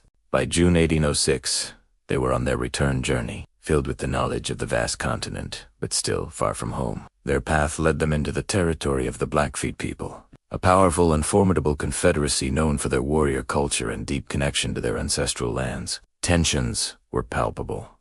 The Blackfeet were wary of these newcomers, their strange tools, and their intentions. Every interaction was a delicate dance of diplomacy and a show of strength. Louis, a man of science, but also a keen strategist, understood that perception was everything. He knew that to ensure safe passage and complete their mission, they needed more than just guns and trade goods. They needed an edge, an aura of power that transcended the physical realm. And unbeknownst to the Blackfeet, Louis held an incredible secret, a piece of foreknowledge that would soon make him seem like a man who could command the heavens themselves. In his pockets, Louis carried not just maps and journals, but an almanac, a book filled with astronomical predictions. Months, even years, before he set foot in Blackfeet territory, he knew that on June 16, 1806, a total solar eclipse would sweep across this very part of the continent. He knew the exact day, the approximate time, and the profound effect it would have on the world around them. While others might see it as a curiosity, Louis saw it as a once-in-a-lifetime opportunity. As the morning progressed, the expedition set up camp. The sun climbed higher, casting its familiar golden glow across the plains. The members of the corps went about their daily chores, but Louis was watching the sky, waiting. The Blackfeet warriors and elders observed the strangers, their expressions a mixture of curiosity and suspicion. They had no idea that their entire worldview was about to be shaken. Then it began. Slowly, almost imperceptibly at first, a small, dark notch appeared on the edge of the sun. A casual observer might have missed it, but as minutes ticked by, the notch grew larger, like an invisible mouth taking a bite out of the sun. The brilliant daylight began to soften, shifting from a bright yellow to a strange, dusky, silvery hue. A subtle chill crept into the air, a coolness that felt out of place for a summer morning. The birds, creatures of rhythm and light, were the first to react. Their cheerful morning songs faltered, then ceased altogether. An eerie silence fell over the land, broken only by the rustling wind and the murmurs of the increasingly anxious Blackfeet. They pointed to the sky, their voices a mix of awe and alarm. What was this dark shadow consuming their source of life and warmth? Was it an omen, a sign of displeasure from the Great Spirit? Fear, a primal and powerful emotion, began to ripple through their ranks. The world was behaving in a way it never had before. The natural order was being upended right before their eyes. As the moon continued its transit across the sun, the landscape transformed. The shadows on the ground sharpened, becoming strangely crisp and detailed. The world was plunged into a deep twilight. Stars, usually hidden by the sun's glare, began to pepper the darkened sky. The temperature dropped noticeably. It felt as though day had suddenly and inexplicably turned into night. For the Blackfeet, who lived in deep harmony with the cycles of nature, this was a terrifying and powerful event. The sun, the giver of all life, was disappearing. And in the midst of this growing panic and confusion, what was Meriwether Lewis doing? He was the picture of tranquility, while his own men, despite some forewarning, watched with a sense of wonder, and the Blackfeet watched with a sense of dread. Louis remained calm. He stood till his gaze fixed on the celestial drama unfolding above. There was no fear in his eyes, only a quiet, knowing confidence. He gestured towards the sky, as if to say, "See, this is what I told you would happen." His composure was his greatest weapon. To the terrified Blackfeet, his calmness was inexplicable. How could this man not be afraid? How could he stand so serenely while the sun was being extinguished from the sky? The only possible conclusion, from their perspective, was that he wasn't merely a witness to this event. He was the cause of it. This stranger, this pale-faced man from a distant land, must possess immense spiritual power, a direct line to the creators of the universe. He was not just a leader of men. He was a shaman, a holy man of incredible strength who could command the sun to hide its face. This single act of celestial theater did more for the expedition as security than any treaty or show of force could have. The illusion of divine connection was complete. The fear the Blackfeet felt was instantly transformed into a deep, profound respect, bordering on reverence. They were no longer dealing with simple explorers. They were in the presence of someone who communed with cosmic forces. The balance of power had irrevocably shifted. As the eclipse reached totality, a perfect black disk surrounded by the sun's ethereal corona, a shimmering crown of light. The world was held in a moment of breathtaking, silent awe. Then, just as slowly as it began, a sliver of brilliant light reappeared on the other side of the moon. The diamond ring effect flashed, and daylight began its steady return. The birds, confused but reassured by the returning light, hesitantly began to sing again. Warmth seeped back into the air.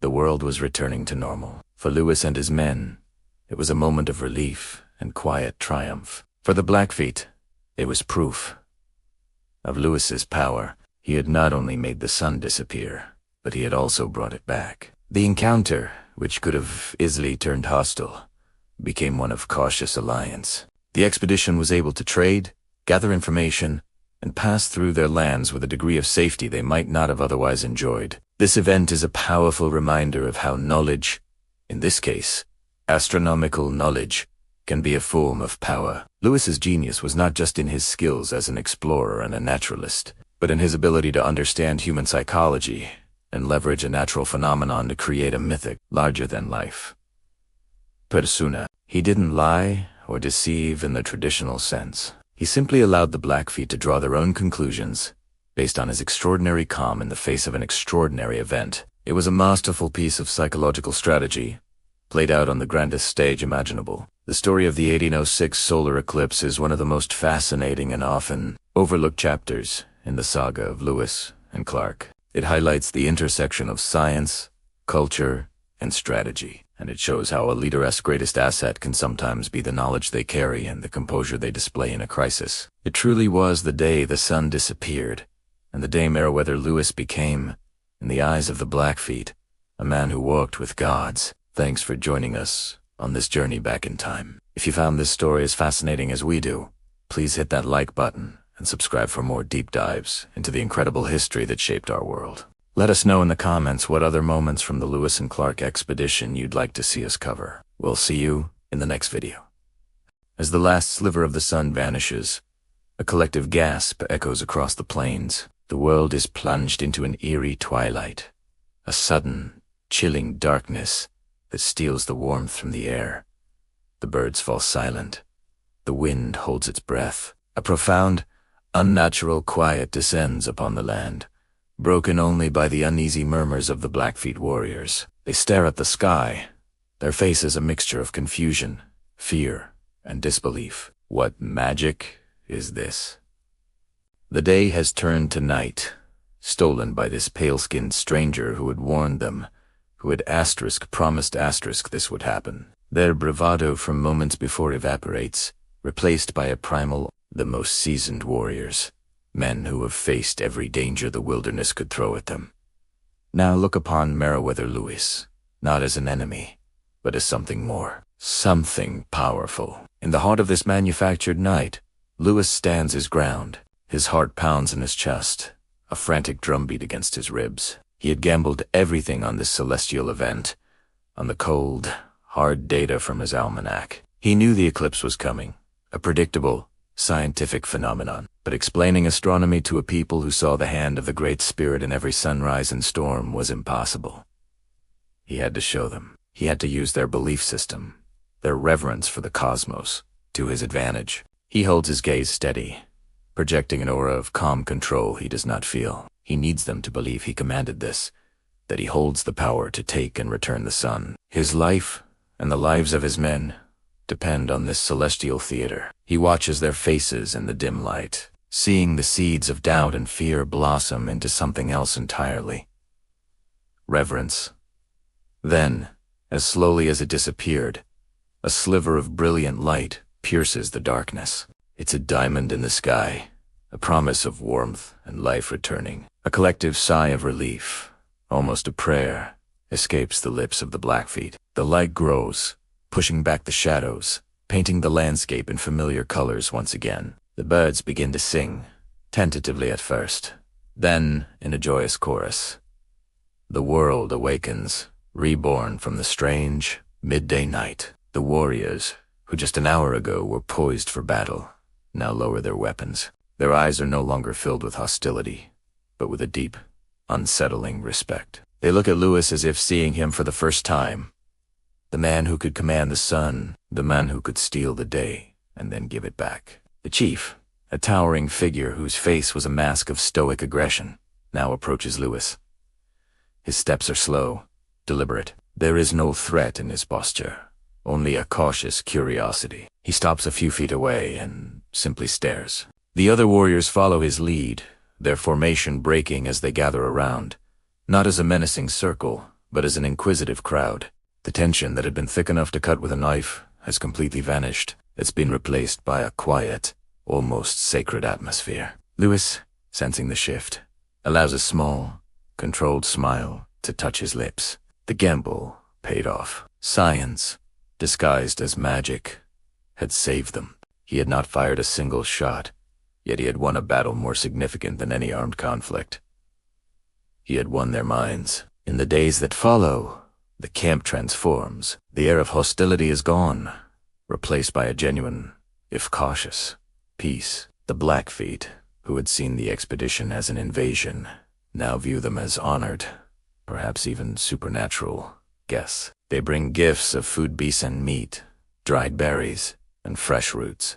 Their children, once kept at a distance, now peeked from behind their mothers, their eyes wide with wonder at the strange men who walk with the man who talks to the sky. Louis and his party are no longer just explorers. They are legends in the making. The story of the stolen sun will be told around campfires for generations, a tale of powerful medicine brought by the white man. Louis understands the delicate nature of this newfound reverence. He knows it is built on a misunderstanding, a beautiful and useful illusion. He uses this period of peace to his advantage. With the threat of violence gone, he can finally engage in the work he came here to do. He opens his journals, documenting the flora and fauna with a renewed focus. He barters for information, learning the Blackfeet names for the rivers and mountains, mapping the territory that was, until recently, a hostile blank space on his charts. The warriors, once his potential killers, now act as his guides and informants. They point out hidden trails, warn of treacherous river currents, and share knowledge of the land that has been passed down through countless generations. This is the diplomacy he had dreamed of, not through treaties and empty promises, but through a shared moment of profound, cosmic awe. Yet, a subtle unease lingers beneath the surface of this newfound peace. Louis is keenly aware that his power is borrowed from the heavens. He is a man, not a god, and the illusion of his control over nature is a fragile one. What would happen if another, less predictable event occurred? What if his magic failed him? He sees the reverence in their eyes, and it both empowers and unnerves him. He has become a symbol, a figure of myth. While it keeps his men safe, it also creates a chasm between them and the people they are trying to understand. They are no longer just men from a distant land. They are beings of a different order. This reverence, while a shield against violence, is also a barrier to true connection. As the expedition prepares to move on, a final, formal council is held. The chief, speaking through a translator, addresses Louis not as a rival or a stranger, but with the deference one might show a powerful elder or a holy man. He speaks of the Great Spirit, of the signs in the sky, and of the power Louis has shown. He pledges peace, not just for now, but for the future. A sees Louis's journey not as an encroachment, but as a path blessed by the cosmos. Louis accepts the pledge with grace and humility, careful not to shatter the myth that has been so carefully constructed. He offers gifts in return: metal tools, colorful beads, and the presidential peace medal tokens of a world they cannot comprehend, just as he cannot fully comprehend theirs. The eclipse, a fleeting astronomical event, has fundamentally altered the course of the expedition. It was a moment of celestial alignment that created a human one. The threat of violence, which had loomed like a storm cloud, has dissipated into the clear, blue sky. As Louis and his men pack their gear, they are watched not with suspicion, but with a quiet respect. They leave the Blackfeet territory not as enemies who fled, but as powerful visitors who chose to depart. The memory of the darkened sun will linger long after they are gone, a testament to the day when science and myth collided on the vast American plains, and for a brief, wondrous moment, created peace. Thank you so much for watching this chapter of our journey unfold. The story of Lewis and Clark is filled with these incredible moments where history turns on a dime. If you enjoyed this video and want to follow the rest of their epic expedition, please make sure to hit that like button and subscribe to our channel. Your support helps us bring these amazing stories to life. We've got so much more to explore, so ring that notification bell and we'll see you on the next leg of the adventure. Thanks again for watching. Started narration. Hello, and welcome back to our historical journey. Today, we arrive at chapter 15, a truly remarkable moment titled Friendship and Farewell. If you've been following along, you know that tension was at an all-time high. The expedition was facing a dire situation. Relations were strained, and supplies were dwindling. But then, something extraordinary happened, a total solar eclipse. Imagine the scene. Just as despair was setting in, the sky began to darken in the middle of the day. The sun, a constant source of light and life, was slowly consumed by a shadow. For the Native American tribes, this was a powerful, awe-inspiring, and perhaps frightening celestial event. For Lewis and his corps, however, it was a moment of calculated genius. In the immediate aftermath of this cosmic spectacle, the atmosphere completely transformed. The fear and suspicion that had clouded their interactions simply melted away. In each place, a sense of wonder and a newfound respect bloomed. The two groups, once on the brink of conflict, came together not as adversaries, but as fellow humans sharing a profound experience. They began to share food. The expedition, which had been facing starvation, was generously given provisions. The simple act of breaking bread together became a powerful symbol of peace. This wasn't a formal treaty signed on paper. It was a pact sealed with shared sustenance and mutual understanding. The barriers of language and culture seemed to fade as they engaged in peaceful trade. The expedition offered their goods, tools, beads, and textiles, and, in return, received vital supplies, furs, and invaluable knowledge of the land ahead. That Ebenein, by the warm glow of the campfire, Meriwether Lewis took out his journal. He was a man of science, a student of the Enlightenment, and he knew this event was no mere coincidence. He meticulously documented the day's events, but his entry went beyond simple observation. He reflected on the strange fortune, as he put it, of having this incredible knowledge on his side. He understood the power of what had happened. He had used his understanding of celestial science, astronomy, to predict the eclipse. He had presented it not as a threat, but as a demonstration of a different kind of power, one rooted in knowledge and foresight. It was a gamble, a bold and audacious move that could have backfired spectacularly, but it didn't. It worked better than he could have ever imagined. In his writings, you can sense a mix of relief, gratitude, and a touch of awe at his own success. He acknowledged that their survival and the sudden turn towards friendship were directly linked to his ability to read the stars. He had leveraged the predictable, clockwork nature of the universe to influence human hearts and minds. It's a fascinating insight into the mind of a leader who had to use every tool at his disposal, including the sun and moon themselves. This chapter is a beautiful testament to how knowledge and understanding can bridge even the widest of divides. The eclipse wasn't magic. It was science. And Lewis's brilliant application of that science didn't just save his men from starvation. It fostered a genuine connection. It turned a moment of potential disaster into a period of peaceful coexistence and trade. The days that followed were filled with a sense of camaraderie. The explorers learned from the tribe, gathering information about the geography, the best routes to take, and the other peoples they might encounter. The initial tension was replaced by a spirit of cooperation. It was a brief, peaceful interlude in what was otherwise an incredibly arduous and dangerous journey. But, as the title of the chapter suggests, this friendship was also tinged with the sadness of a coming farewell. The Corps of Discovery had a mission to complete. They were mapping a continent, pushing ever westward towards the Pacific. They couldn't stay. The time eventually came to pack up their camp and prepare to move on. The parting was not one of hostility, but of mutual respect. There were exchanges of gifts, handshakes, and gestures of goodwill. They had arrived as strangers and were leaving as friends. The tribe had seen the power of the explorer's knowledge, and the explorers had experienced the tribe's generosity and resilience. Both sides were changed by the encounter. As they pushed their boats back into the river and waved goodbye, Louis likely looked back one last time. He had used the cosmos to create a moment of peace on Earth. It was a powerful lesson in diplomacy, strategy, and the universal human response to the wonders of the universe. This chapter reminds us that sometimes the greatest tool for connection is simply looking up at the sky together. This story, the friendship forged in the shadow of the moon, would become one of the most memorable and poignant moments of the entire expedition. It highlights the complex, and often surprisingly human, interactions that defined their journey across the uncharted American West.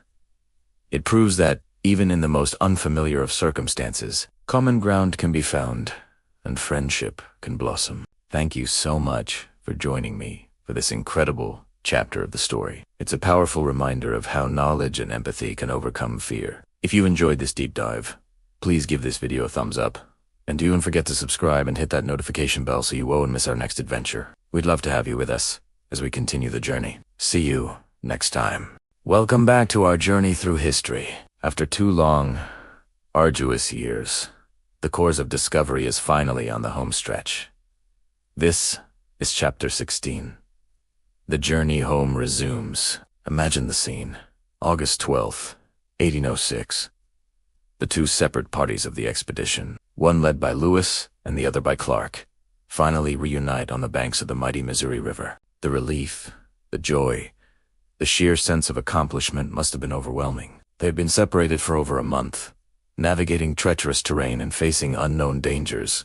But now, they were together again. Their numbers were whole, their mission nearly complete. The air itself must have felt different. The landscape, once a vast, intimidating unknown, was now familiar territory. They were retracing their steps, but they were not the same men who had passed this way 2 years prior. They had crossed a continent, mapped rivers, documented hundreds of new species of plants and animals, and forged relationships with dozens of Native American tribes. Each man was a living library of experiences, their minds filled with sights and sounds no American east of the Mississippi could even fathom. But the journey wasn't over yet, and danger still lurked. Just a day before the reunion, Meriwether Lewis had a near-fatal accident. While out hunting, he was shot in the thigh. The culprit, one of his own men, Pierre Crusat, a fiddle-playing frontiersman who was half-blind and mistook Lewis for an elk. The bullet passed clean through, narrowly missing the bone. It was a painful, sobering reminder that even on the homebound trail, survival was never guaranteed. 4 days, Lewis was confined to the pirogue, lying on his stomach in agony, unable to even sit up. It fell to William Clark to take command of the reunited corps and tend to his friend S. wound. As they paddled downstream, the Missouri River, once an adversary they fought against inch by inch, was now their greatest ally. The current pushed them forward, carrying them swiftly towards civilization. They were making incredible time, covering 40, 50, sometimes even 70 miles in a single day. The exhausting work of poling and pulling the boats upstream was replaced by the relatively easy task of steering with the flow. Along the way, they met familiar faces. They passed through the lands of the Mandan and Hidatsa tribes, where they had spent their first long winter. It was here they had to say their final goodbyes. Sacagawea, her husband Toussaint Charbonneau, and their young son, Jean Baptiste, affectionately nicknamed Pompey Clarkwood. Go no further. Their home was here in the northern plains. It's hard to overstate Sacagawea's contribution. She had been an interpreter, a guide, a symbol of peace to other tribes, and a source of resilience for the entire course.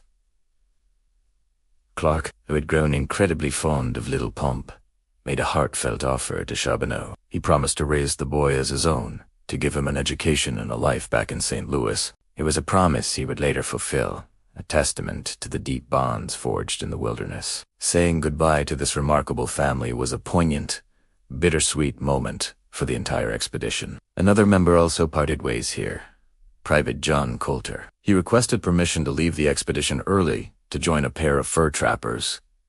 He deemed that, heading back into the wilderness, Luce and Clark recognizing his adventurous spirit, granted his request. Coulter would go on to become one of the most legendary mountain men, the first European to see the incredible geothermal wonders of what is now Yellowstone National Park.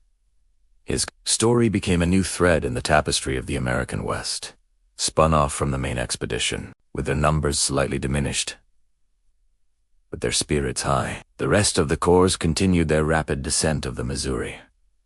They were a spectacle, tanned, dressed in worn buckskins, their hair long and wild. They looked more like natives of the wilderness than soldiers of the United States Army. As they got closer to settled territory, they began to encounter trading parties heading upstream. The reactions of these traders were a mixture of shock and disbelief. The corps of discovery had been gone for so long, with no word of their fate, that most of America had given them up for dead. They were like ghosts returning from the grave. To these traders, the members of the corps were heroes, men who had walked to the edge of the world and returned. They showered the expedition with news, supplies, and most importantly, whiskey, a luxury they hadn't tasted in years. Imagine the flood of information. For over 2 years, they had been in a bubble, completely cut off from the world. Now, they were learning about political shifts, international events, and even changes in fashion. They were catching up on 2 years of history in a matter of days, reacclimating to the world they had left behind. The final days were a blur of fast-flowing water and growing anticipation. The landscape became more and more settled. They saw cows grazing on the river banks, a simple sight that brought tears to their eyes. They passed small settlements, where villagers would run to the shore, cheering and waving at the legendary explorers they thought were lost forever. Finally, on September 23rd, 1806, they saw it. The skyline of St. Louis. They had done it. They had crossed the continent and returned. They fired their rifles in a triumphant salute as they paddled the last few miles. The entire town poured out to greet them, a throng of cheering citizens celebrating their impossible return. After 28 months and over 8,000 miles, the epic journey was over. The men were home, but they carried the vast, wild continent within them. They had endured starvation, extreme weather, disease, and constant danger. They had mapped a path to the Pacific, forever changing the map of America and its destiny. They had survived, they had discovered, and now their story could finally be told. Their legacy was secure, a monumental achievement in the history of exploration. Thank you so much for joining me on this incredible chapter of the Lewis and Clark expedition. Their return marks the end of the journey, but the beginning of their legend. If you've enjoyed this story, please hit that like button and subscribe to the channel for more deep dives into the annals of history. We'll see you next time. Hello, history adventurers, and welcome back to our epic journey retracing the steps of Lewis and Clark. We've crossed rivers, scaled mountains, and faced the vast unknown together. Today, we reach the final, triumphant chapter of this incredible saga. Chapter 17, The Return to Civilization. Imagine the scene. 2.5 years. That's how long Meriwether Lewis and William Clark, along with their corps of discovery, had been. Most of America had given them up for dead, lost to the wilderness. They'd set out to explore. Then, on September 23rd, 1806, they paddled into St. Louis. The news spread like wildfire. They were alive. They were back. The reception was nothing short of euphoric. These weren't just explorers returning. They were national heroes. Cannons boomed, bells rang, and crowds swarmed the riverbanks to catch a glimpse of the men who had walked to the edge of the continent and back. They were weathered, lean, and dressed in buckskin, looking more like figures from a frontier legend than men of their time. The celebration in St. Louis was just the beginning. As they traveled east towards Washington, D.C., every town and settlement turned out to honor them. They were toasted at banquets, celebrated in parades, and hailed as the architects of America's future. Why such a fuss? Because they didn't come back empty-handed. Their keelboat and canoes were loaded with treasures that would fundamentally reshape the nation's understanding of itself. They brought back meticulously drawn maps that charted a path through the vast Louisiana Purchase, transforming a blank space on the American map into a tangible, navigable landscape. These weren't just lines on paper. They were the future pathways for trappers, traders, and pioneers. They laid the groundwork for westward expansion, a concept that would define America for the next century. And then there were the specimens. They had collected hundreds of samples of plants and animals previously unknown to American science. Prairie dogs that barked like dogs, pronghorn antelope that ran faster than any horse, and the massive grizzly bear, a creature of almost mythical power. They introduced the bitterroot plant, the Douglas fir, and countless other species. These weren't just curiosities. They were a scientific revelation. The journals and collections of Lewis and Clark opened up a new world of botany, zoology, and ethnography, fueling scientific inquiry for decades. Of course, the most valuable information they carried was in their journals. Day by day, for over 2 years, they had documented everything. They wrote detailed descriptions of the landscapes, the rivers, the weather patterns. More importantly, they chronicled their encounters with dozens of Native American tribes. They documented their languages, their customs, their social structures, and their political alliances. This ethnographic data, while viewed through the lens of their time, provided an unprecedented window into the rich and diverse cultures that thrived in the American West. It was a complex and often fraught record, but an invaluable one nonetheless. They had fulfilled Jefferson's primary mission, to learn everything they could about the land and its people. But amid all the fanfare and scientific discovery, as the heroes settled back into their old lives, there was one memory that often surfaced in their a moment that transcended maps and specimens. It was the memory of the total solar eclipse they had witnessed on the plains of Montana. Let's travel back for a moment. It was August 11th, 1805. The Corps was struggling through the rugged headwaters of the Missouri River, desperate to find the Shoshone tribe and the horses they needed to cross the Rocky Mountains. Morale was low, the terrain was brutal, and the fate of the entire expedition hung in the balance. Then, in the middle of the afternoon, the sky began to change. A creeping darkness fell over the land, silencing the birds and insects. The air grew cool. The men looked up to see the moon slowly devouring the sun. For a few breathtaking minutes, midday became a deep twilight. The sun was reduced to a shimmering corona, a ghostly ring of light in the darkened sky. For Lewis and Clark, men of the Enlightenment, this was a predictable astronomical event. They knew it was coming, and even used it to recalibrate their scientific instruments. But for the men of the Corps, and for the Native American guides traveling with them, it was an event of profound awe and wonder. It was a cosmic spectacle, a moment where the machinery of the universe was laid bare. In that moment of shared darkness, surrounded by the vast, untamed wilderness, they were all just small humans staring up at the grand, silent power of the cosmos. That eclipse became a powerful symbol for their journey. It was a moment of darkness and uncertainty, much like their own perilous situation. But it was also a moment of incredible beauty and revelation, a reminder of the wonders that lay hidden in the world, waiting to be discovered. It represented the intersection of scientific rationalism and pure, unadulterated, all the very essence of their expedition. As Lewis and Clark were celebrated in the grand halls of Washington and Philadelphia, as their maps were unrolled and their discoveries catalogued, the memory of that eclipse lingered. It served as a personal touchstone, a reminder that their journey was more than just a mission of national importance. It was a deeply human adventure, filled with moments of fear, triumph, and profound wonder. They had not just mapped a continent, they had charted the vast landscapes of human experience.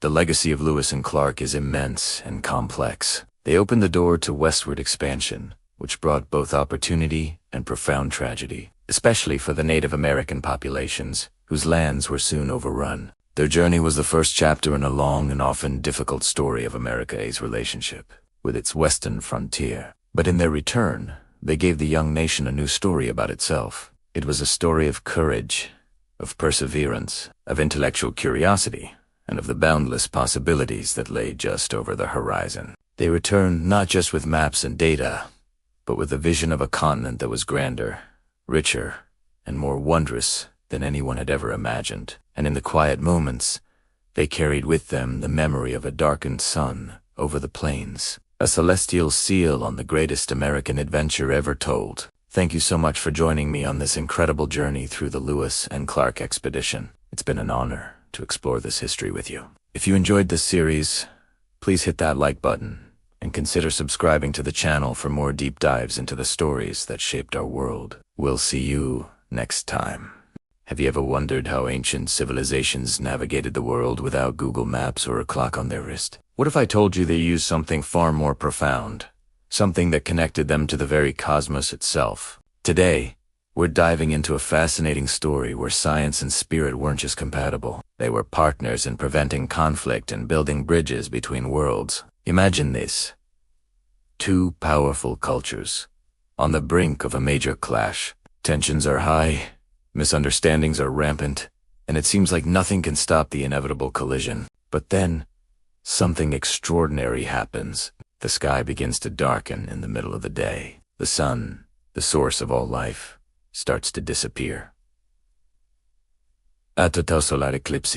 For one culture, this is a terrifying omen, a sign of divine anger. For the other, it's a predictable celestial event, calculated with astonishing precision using astronomical knowledge passed down through generations. This is where our story truly begins. It's not about who was right or wrong, but about what happened when these two perspectives met under the shadow of the moon. This event, the eclipse, becomes a powerful metaphor. It represents a moment of shared awe and vulnerability. Everyone, regardless of their beliefs, stood under the same darkened sky. The group with the scientific understanding didn't use their knowledge to dominate or mock. Instead, they used it to explain, to reassure, and to build trust. They could say, "We knew this was coming. It is not the end, but a natural cycle. It will pass." Think about the power of that moment. The fear of the unknown was met with the comfort of knowledge. This wasn't just about astronomy. It was about empathy. It was about understanding the cultural and spiritual significance the event held for the other group and respecting it. They didn't just share data. They shared understanding. They translated their scientific charts and timings into a language of reassurance and peace. This blending of science and spirit is a lesson that is incredibly relevant for us today. We often see science and faith, or different cultural beliefs, as opposing forces. We're taught to pick a side. But what if the real power lies in the overlap? What if knowledge, when combined with respect and empathy, is the ultimate tool for conflict resolution? The eclipse showed that precise timing and astronomical prediction, pure science could be the key to unlocking a spiritual or cultural deadlock. It provided a common ground, a shared experience that transcended language and dogma. The conflict was averted not by a treaty or a battle, but by a shared moment of looking up at the sky and understanding our place in the universe together. This historical account, which we can find echoes of in various ancient records, like the one mentioned by Herodotus about the Battle of the Eclipse, demonstrates that knowledge isn't just for building better technology. It's for building better relationships. It's about knowing when to share what you know and how to share it. It asks the difference between saying you wrong and let me show you another way to see this. This concept extends far beyond ancient battles. In our own lives, how often do we encounter someone with a completely different worldview? Our first instinct might be to argue, to prove our point. But what if we took a moment to understand their perspective, their cultural sky? What if we found a shared eclipse, a common point of reference, to start a dialogue? This could be in a family disagreement, a debate with a friend, or even in global politics. The principle remains the same. Knowledge, when wielded with respect and a genuine desire to connect, can bridge even the widest divides. The eclipse teaches us that the universe is governed by predictable laws, but human interaction is an art, and the masterpiece is created when we blend the precision of science with the grace of the human spirit. So, the next time you look up at the stars, remember that they are more than just balls of gas light years away. They are a reminder that understanding the world around us scientifically, culturally, and spiritually gives us the power not to conquer, but to connect. The greatest discoveries aren't just about what's out there in the cosmos, but about what we can build down here on Earth when we learn to see the world through each other's eyes. Thank you so much for joining me on this journey through science and spirit. If this story resonated with you, please hit that like button and consider subscribing for more content that explores the fascinating intersections of our world. I'd love to hear your thoughts in the comments below. Until next time, keep looking up. Hello everyone, and welcome back to our channel. Today, we're diving into a fascinating, yet often overlooked, chapter of American history. The incredible story of how a celestial event saved the Lewis and Clark expedition and forged a powerful alliance. We're talking about the legacy of the Eclipse. Imagine this. It's 1806. The Corps of Discovery, led by Meriwether Lewis and William Clark, has endured a brutal winter in what is now Oregon. Their supplies are dwindling, their health is failing, and their journey back east seems almost impossible. Their relationship with the local Clatsop people, which started amicably, has become strained. The expedition is on the brink of collapse. Lewis, however, had an ace up his sleeve. Something AD carried with him all the way from the East Coast. It wasn't a weapon or a treasure. It was a book, specifically a nautical almanac. Before setting out, President Thomas Jefferson, a man of science himself, had provided Lewis with these detailed astronomical tables.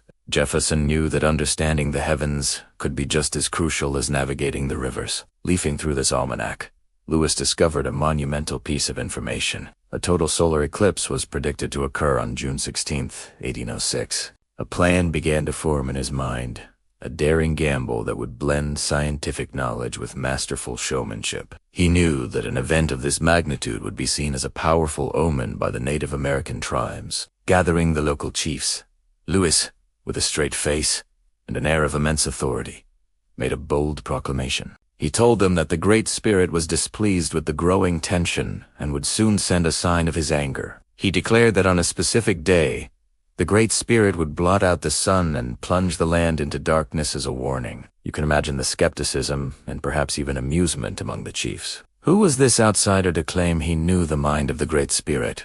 They waited.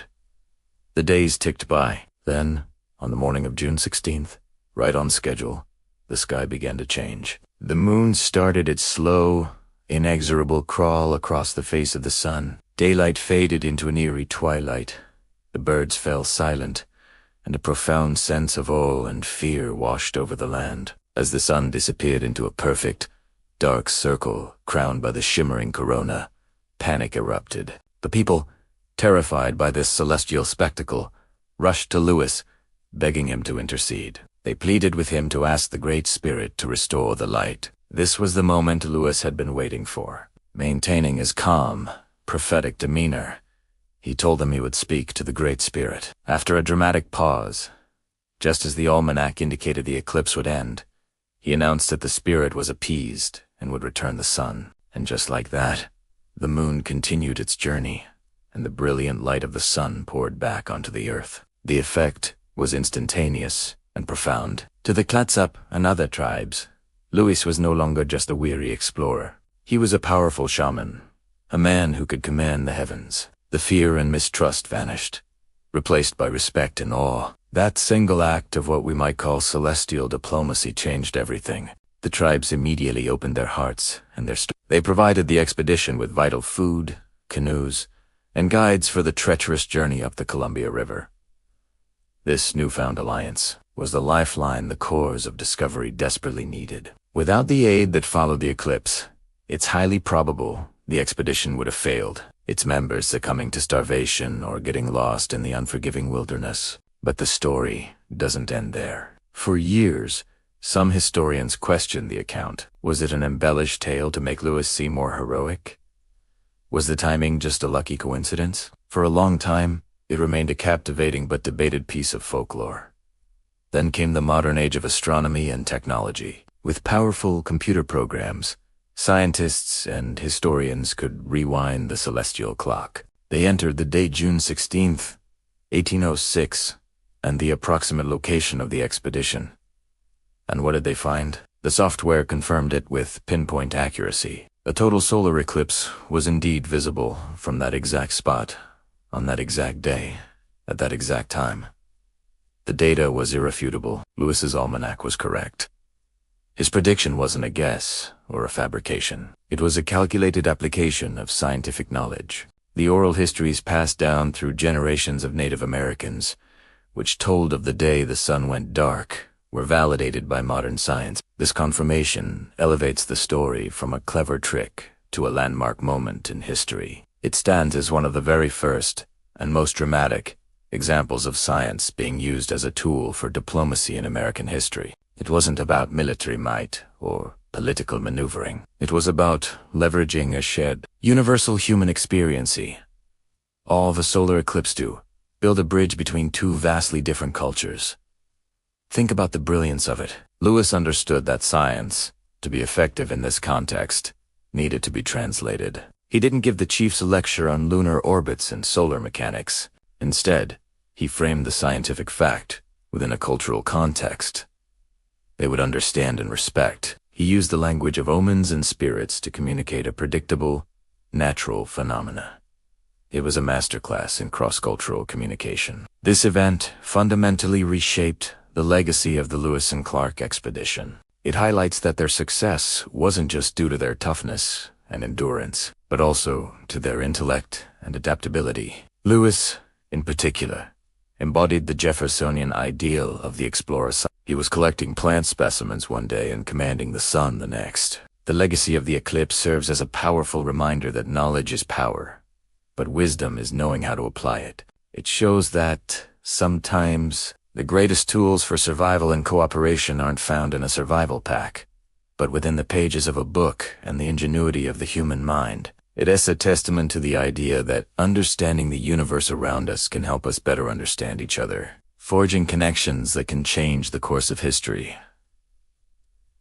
What a story, right? It just goes to show you that history is full of these incredible, hidden gems. Thank you so much for joining me today to uncover this amazing piece of the past. If you enjoyed this video, please hit that like button.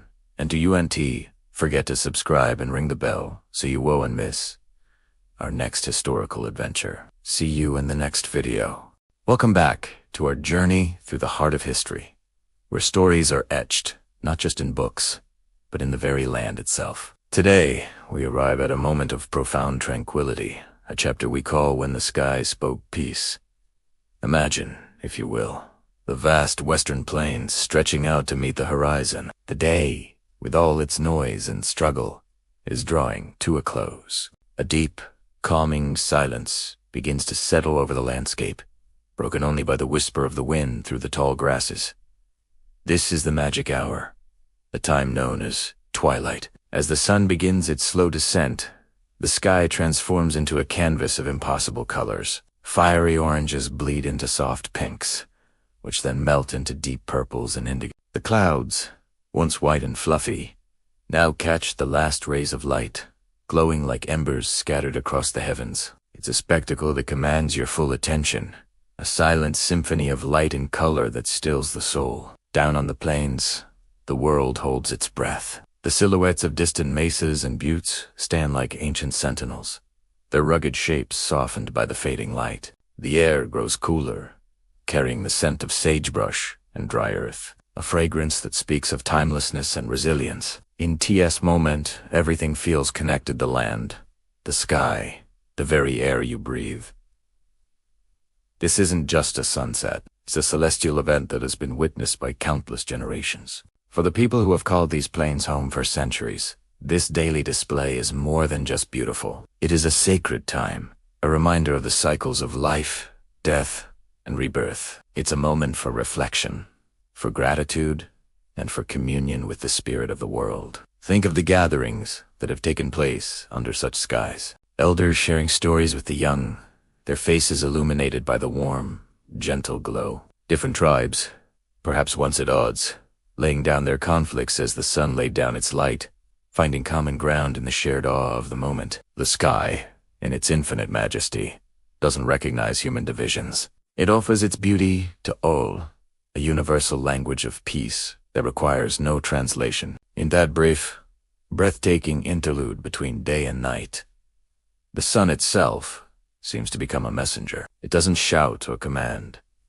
It speaks in hues of warmth and tranquility. Its message is one of unity, a quiet assurance that even after the brightest, most chaotic days, there can be a peaceful and beautiful end. It's a promise that darkness is not an end, but a transition, a necessary pause before the dawn of a new day. This spectacle teaches a profound lesson. It shows us that peace isn't always achieved through grand treaties or loud declarations. Sometimes it arrives softly, on the wings of a gentle breeze, painted across the evening sky. It's found in the shared experience of wonder, in the mutual respect that arises when we stand before something greater than ourselves. When you look at a sunset like this, it's impossible not to feel a sense of humility and reverence. It strips away the trivialities of daily life and connects you to something elemental, something pure. It reminds us of our place in the grand tapestry of existence, as small but significant parts of a magnificent whole. This understanding that we are all under the same sky, all witnesses to the same celestial beauteous,